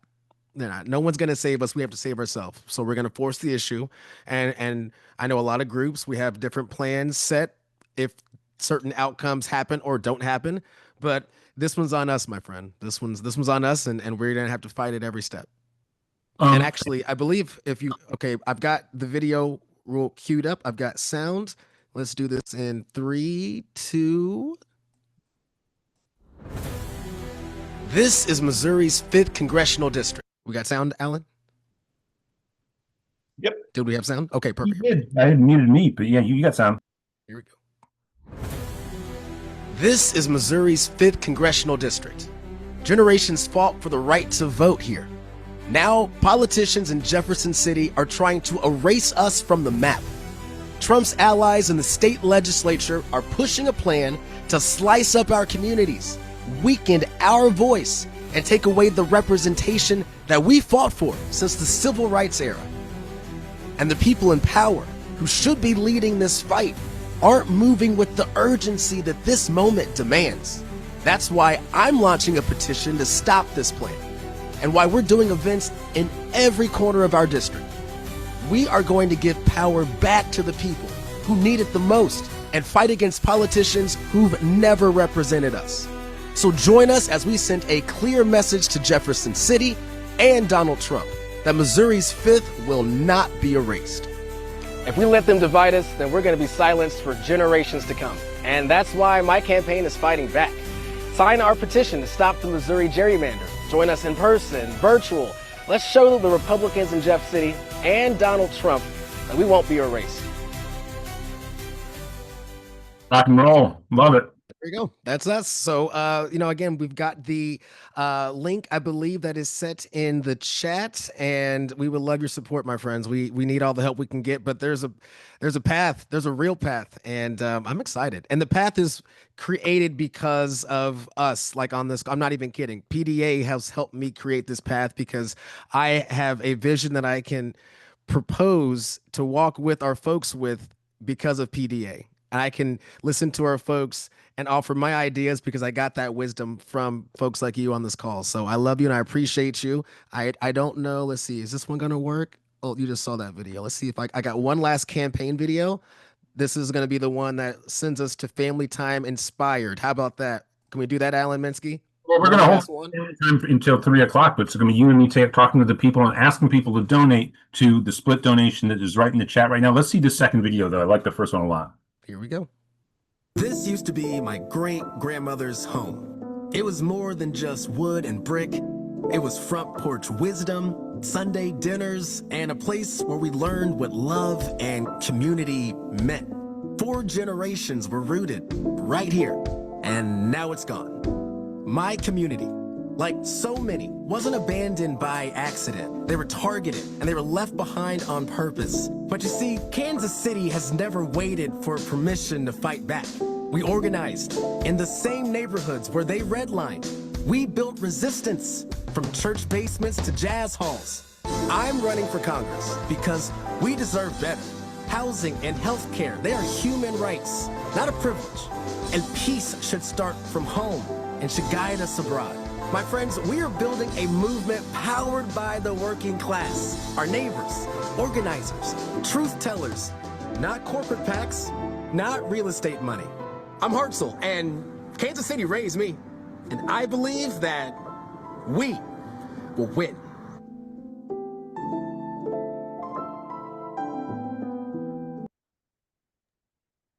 Beautiful, man. I love it. Yeah. So let's go win it. Let's go win it. No, and the truth of it is wherever they draw that district, unless they were drawing it around some country club with a bunch of oligarchs playing golf and buying yachts, you have the politics that represent the interests of the people.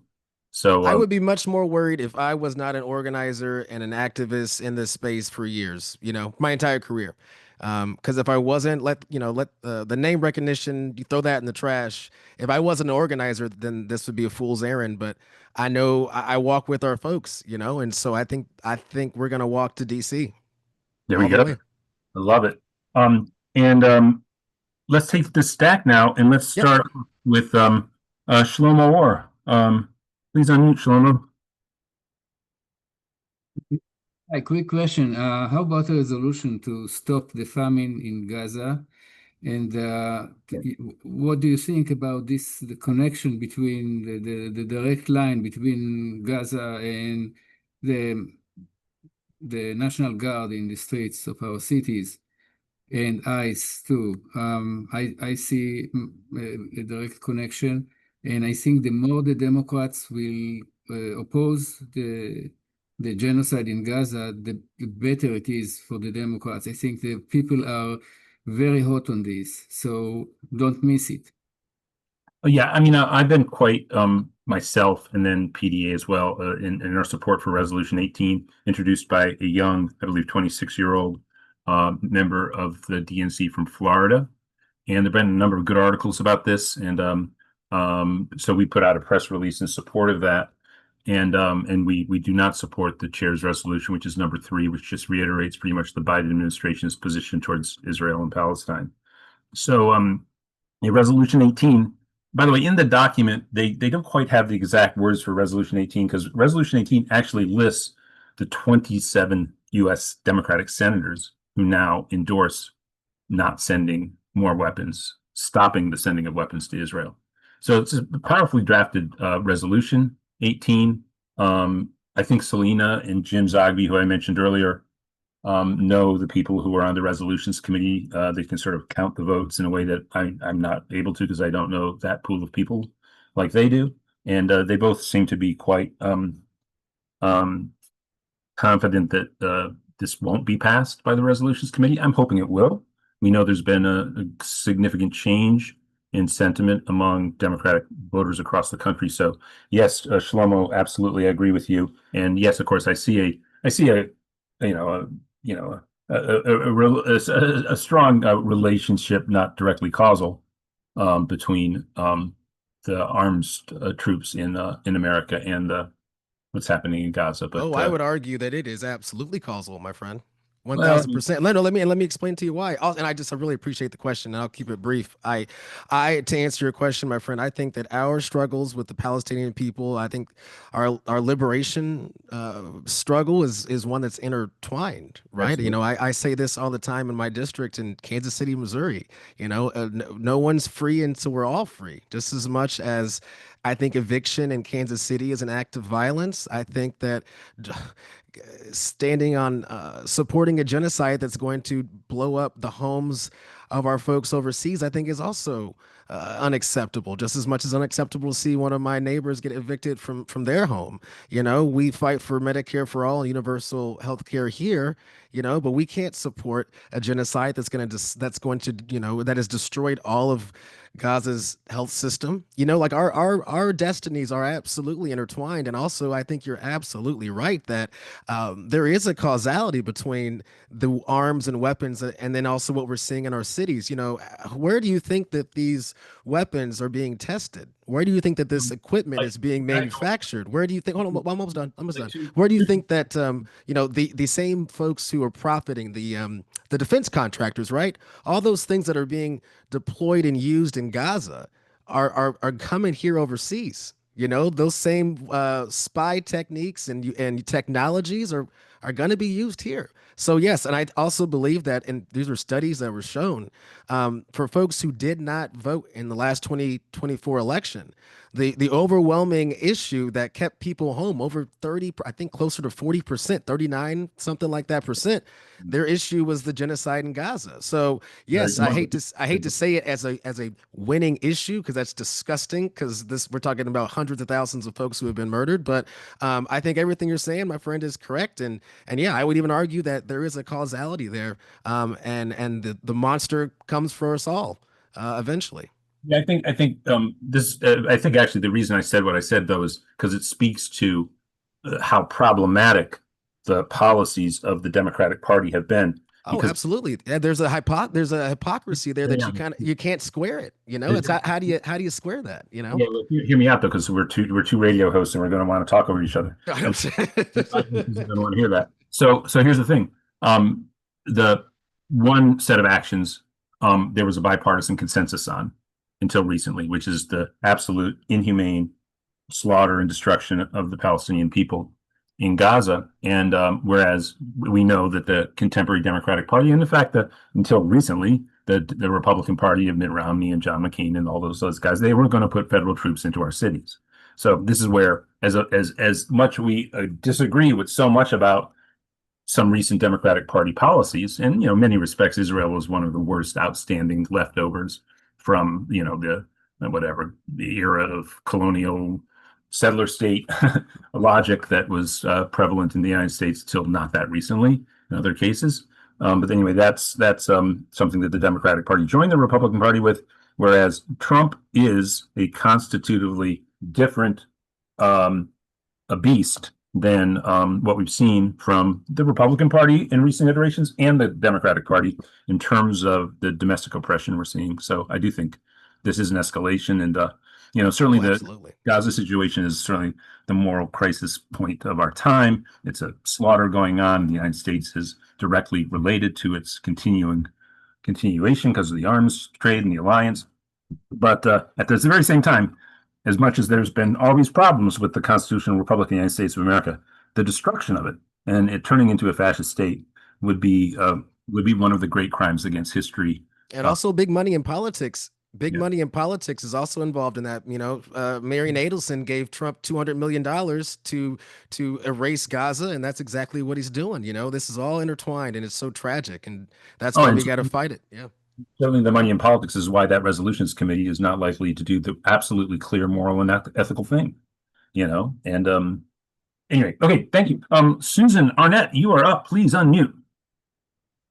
Hi, thank you. I just wanted to say, I think maybe we need even more than one arm of armies against our government. One thing that we might be able to do, because it seems to me eventually military is going to be used by Trump against us. One thing we can do, it sounds silly, but I think and my husband and I were talking about it. If you have the National Guard in your city, go provide them with sandwiches and drinks. They do not want to shoot you if you are on their side. They will not think of us as against them if we help them. I think that's it seems like it's silly and little, but it is something that we can do that might not get a whole lot of pushback and might actually make a huge, huge difference. And I also want to say, anti-genocide platform should never be controversial. I'm sorry, but yeah, no, thank you so much. And I was in Washington recently, went to an event at the Great Busboys and Poets event, and a woman got up and she was walking the halls of Congress, and she introduced herself as Doctors Against Genocide. And of course, it's like you almost have to, it's just like gallows humor. You got to laugh because of course all doctors should be against genocide, but we have to have that in our time. And what? That's what we get. Yep. Susan, you made a really good point. I'll be super brief. You talked about, being bigger people than those who come to imprison us. I think of those shots during COVID, during the Black Lives Matter protests, and you had those police officers who were just yelling and berating and in some cases assaulting protesters. And it was the protesters who were masked up, and it was the cops who weren't. So in COVID, It was the protesters who were actually trying to protect and do as much as they could for those who were trying to actually oppress them, So, and I think that is who we are. That's who we are. We can fight back, but I think at the end of the day, we are people who want to be the good guys. At the end of the day, we want to take care of each other and our neighbors, and we want to know that we're doing this for the right reasons, I think. Michael, please unmute. Zerson? I'm not sure how to pronounce your last name, Michael, but you could edify us on that. Please unmute, Michael. Yeah, everybody gets it wrong. Don't worry about it. Hey, listen, I got a couple things off the top of my head. I'm a disabled Army veteran. The biggest just right off the top of my head, the biggest social program in the United States is the military industrial complex. Right. My ex-wife was Air Force physician. She called it the Air Force. They joined it just to get paid for medical school. Right. These National Guard troops that you see out there, they're just like me and you. You know, they're Right. just like us. They want to get benefits. They joined so they can get a 20-year retirement, get education, health care. We got to make sure people know that we're wasting money. They're wasting. The Republicans who keep saying they don't like to waste money are wasting money deploying these troops. Look, it's really getting old for us to keep shooting to the circular firing squad that we have against our own Democratic Party. It's really getting old. I'll close by saying that I supported Bill Clinton. I know that he did stuff that was Republican-ish, but what I will say is we were still paying for the Reagan era. He had to get the soft money behind him to get elected in '92, and we were still way better off than a Republican. So, I know that that's changing. And, I was a Bernie Sanders delegate in Alaska in 2016, and he said we have to get Hillary Clinton elected to fight Trump. And we got most of what we wanted in the platform in 2016. So let's quit beating ourselves up as Democrats. I mean, that doesn't play well with the rest of the public and the media. A lot of stuff is true, by the way, but, and Hartzell, you had a great campaign video. I'm a videographer and I worked on campaigns. I'm a former reporter, so rock Thank and you, roll, my guys. friend. I appreciate you. Thank you. Yeah, you're welcome, man. Yeah, Michael, you raised, of course, this is the world I live in every day. I actually opened up this call, Hartzell and I in the exchange, especially around issues like Gaza. It's very hard to digest where the Democratic Party sits. And of course, I do have a critique of the recent history that, of course, I've lived through as an adult of the role the Democratic Party has played in how we got here. But Michael's, of course, right. The level of abandonment of the working class has never been at the level of the Republican Party's rejection of the working class. But nonetheless, at the opening of this call, I spoke about the need we have to maintain a coalition with moderate Democrats. And what we really need to do, I think, is open up avenues of dialogue as best we can, and also keep our critique in some sense a little bit more behind closed doors, because we do need their partnership to defeat the Republicans. And so I, of course, my perfect world, we get into a debate about the best way to go between the neoliberal Democrats and the progressive Democrats, which are effectively two different political tendencies in the same party, and we win the debate. We persuade them, and I'm very confident we could. But that doesn't mean we'd be able to negate them holding certain policy positions, because they're professionally locked into their relationship with their donors and corporations and things like that. But nonetheless, I think we are winning, and we have to be careful not to chase away people we'll need to vote in coalition with us to defeat the fascists. And I extend that to the Lincoln Project Republicans and the Liz Cheneys and the Adam Kinzingers and the Steve Schmitz and all. I think we have to be in solidarity with them. And also people on the left who maybe see themselves as so disgusted with the two parties that they're not voting right now for the Democratic Party. We have to be very forthright in persuading them the necessity of voting for the Democratic Party, because what's happening here from the Republican Party is just off the charts. Hartzell. I just think I'll be short and sweet. Look at what, Bernie has done with the Fighting Oligarchy tour. I mean, you got to think that those packed crowds weren't all with Bernie in 2020 or 2016, or even with us in general as progressives. But you know what? Again, let's turn a moment into a movement. We've got to, the window is not as open as maybe it was in the, the most socially democratic parts of, even the COVID era. But there's still a crack, and if there's a little crack, then let's budge it open. Let's barge it open, and I do believe that's still very much a possibility with us. We still got a chance. Thank you, sir. So yeah, we lost our union base, and we had to go for the corporatists to win the election in '92. Again, we're paying for the Reagan era. Thank you, Michael, so much. Mickey, you're up. Please unmute, Mickey. Can you hear me? Yep, we can. Okay, it's been very interesting.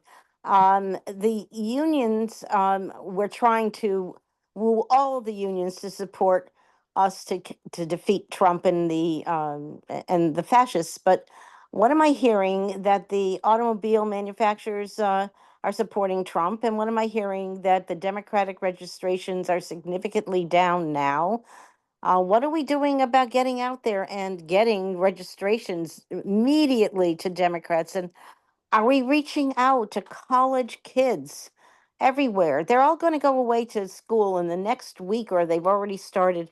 Get them the registrations, get them the, absentee ballots, and sit on their heads and tell them why. You have to tell them why. Even if they hate all of the Democrats, it's better than living under an autocracy. Lastly, Trump is trying to get the GOP and the states to eliminate our mail in and early voting. Please, we've got to get on that big time. And have a great evening. Absolutely. And by the way, of course, the cusp of that issue, and I've watched some good interviews about this already, is we should be able to maintain mail-in voting because, again, elections are, and the parameters of the elections, as we all know, we've done a lot of work on this in PDA, are determined by the states, and the federal government does not have the authority to demand how the elections take place in terms of things like voting machines and mail-in voting and stuff like that. So that should be difficult for them. But it's true that you could see a lot of Republican-controlled states move in that direction, which of course will severely suppress the vote. Yeah, on the first thing, one of the New York Times did that study about the Democratic registration, and the Republicans almost now catching up to, would be the first time in my lifetime that there would be as many registered Republicans. One of the things that happened there was the Republican Party has pursued very aggressive voter registration, as registering for the two parties has just been going down, even though they completely dominate the political system totally. But the registrations have been going down in both parties. But that reversed with the Republican Party, because the Republican Party hadn't really been driving voter sign up before, but with the belief that they've attained a working class base in a way that they hadn't before Trump.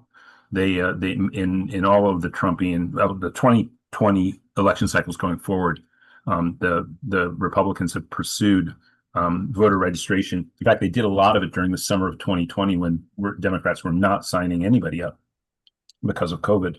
So they've continued it. So there's that shift, which speaks a lot to, again, our need as Democrats to re-elevate pro-working class policies. Hartzell.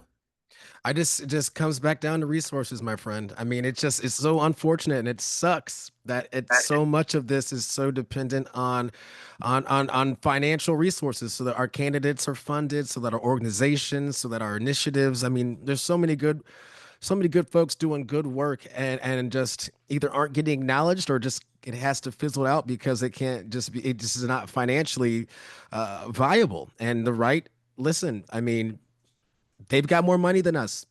There's a lot of corporate interests, but we're going to win. We've beaten them before. We're going to keep beating them.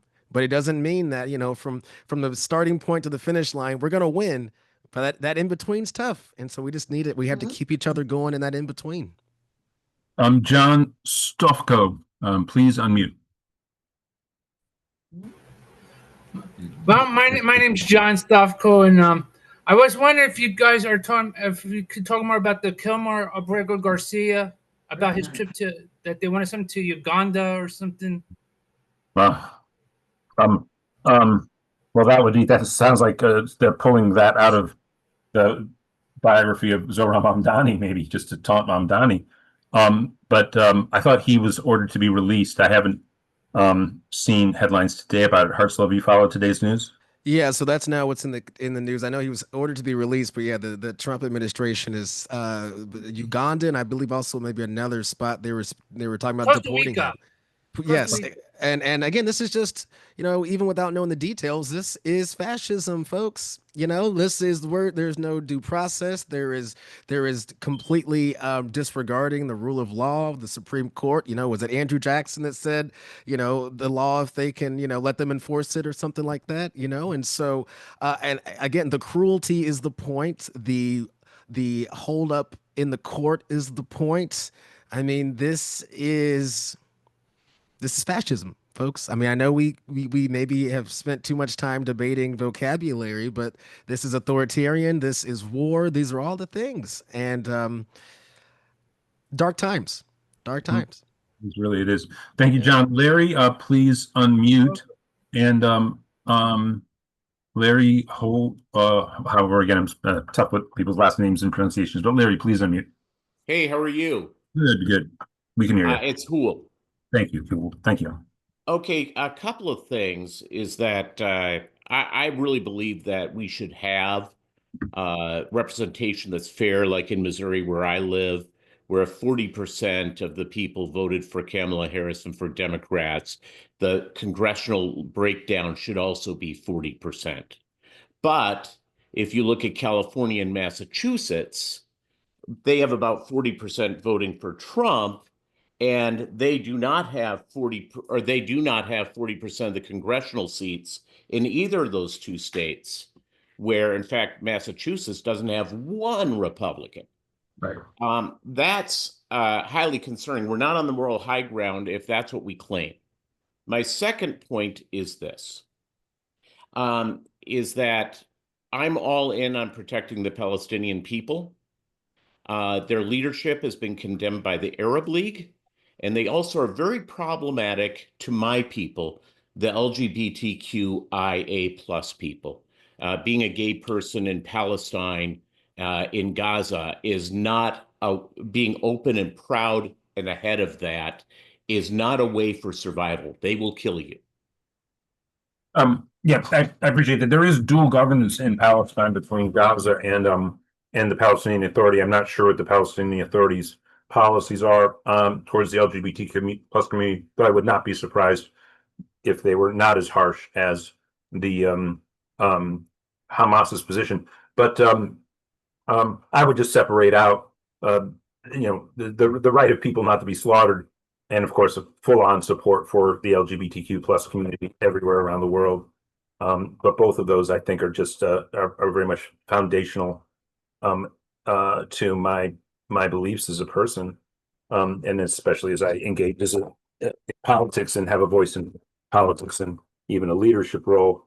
Those two things are just unwavering. So solidarity on the one front, and thank you for the dialogue on the other, and let's keep talking. So that was Palestine. The first point you made was what was it, Larry?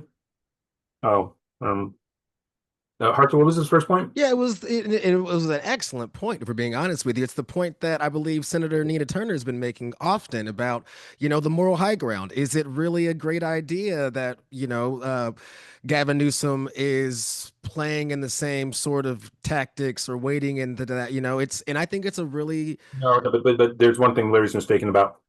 I don't know about Massachusetts.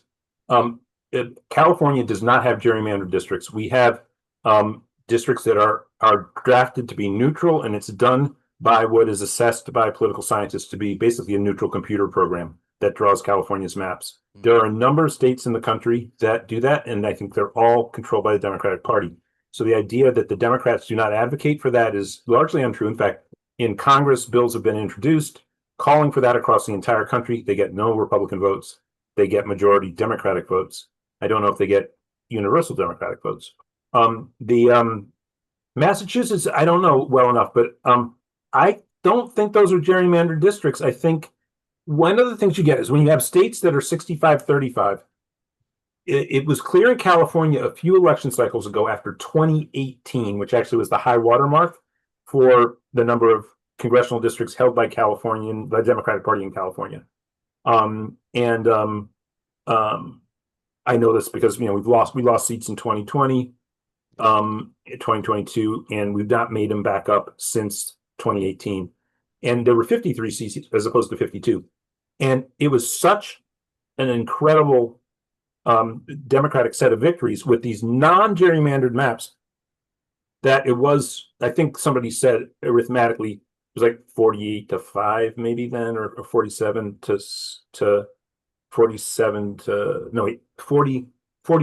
to 8 is what I think it was. And that you actually couldn't gerrymander the state to be that Democratic.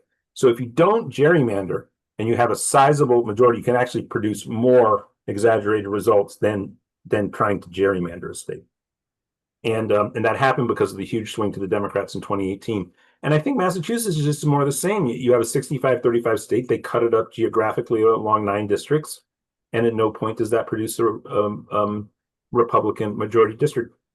But there's I think also the presidential candidates tend to outperform the local Democratic candidates in a state like Massachusetts. And one of the reasons for that is that the Republican Party is so weak in a state like Massachusetts that all of the up and coming people who want to get involved in politics, they're they know that the only party that matters is the Democratic Party, because it's been a single party state for so long, that you get more impressive candidates who are running as Democrats in all these districts. But I don't think it's gerrymandered in Massachusetts. It certainly is not in California.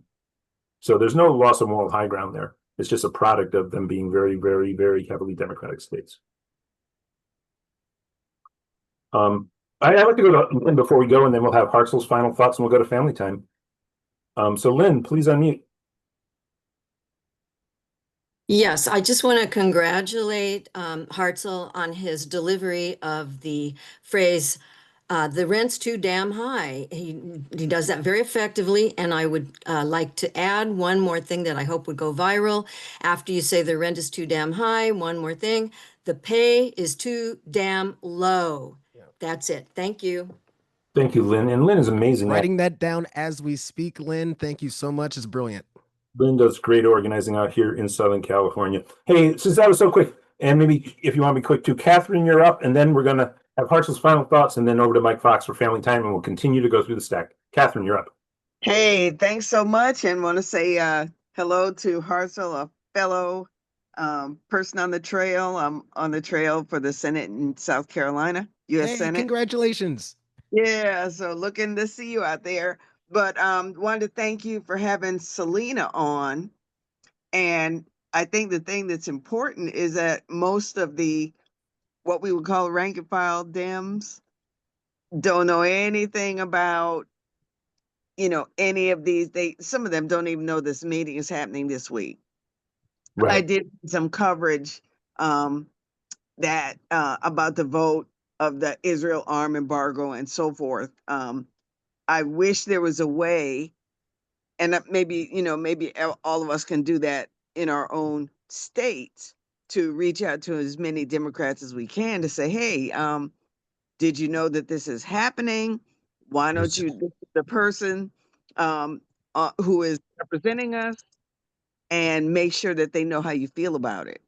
But that part, I think those in this audience follow more and know more about DNC actions. Most rank and file don't. So please share what Selina said to folks in your state and ask them to reach out. Thank you so much, Catherine, and thank you for stepping up and running for office in South Carolina. Is that one of the seats is up this time, right? It's this year. Yes, that's the Lindsey Graham seat.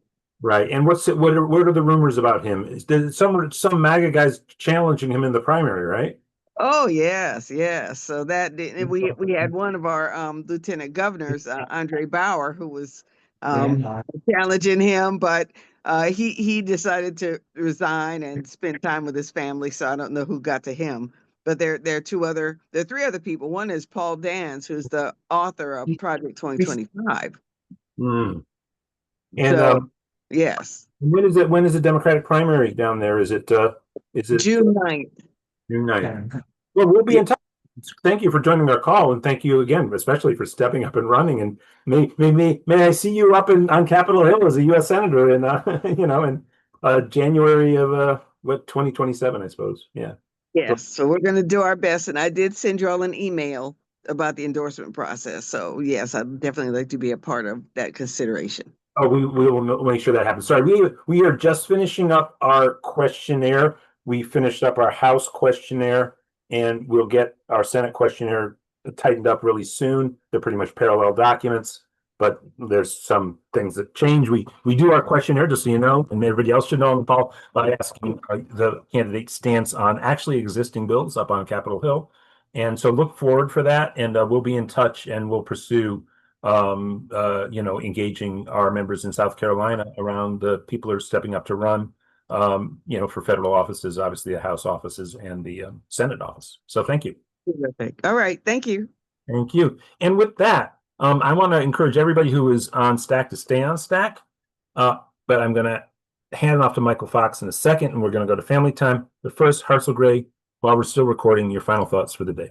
Oh, I love you all so much. And I'm going to try to stay on for a little bit longer for family time too, because it's been a little bit since I've stayed for family time. But I would just say, friends, we deserve the best and we deserve the most. I mean, that's, if there's any takeaway, don't ever feel like you aren't worth it. And I want you also to know, don't ever feel like your government is not supposed to make you feel like you're worth it. You know, I want them to get out of the way when I don't need them, but like when I do, I need you there.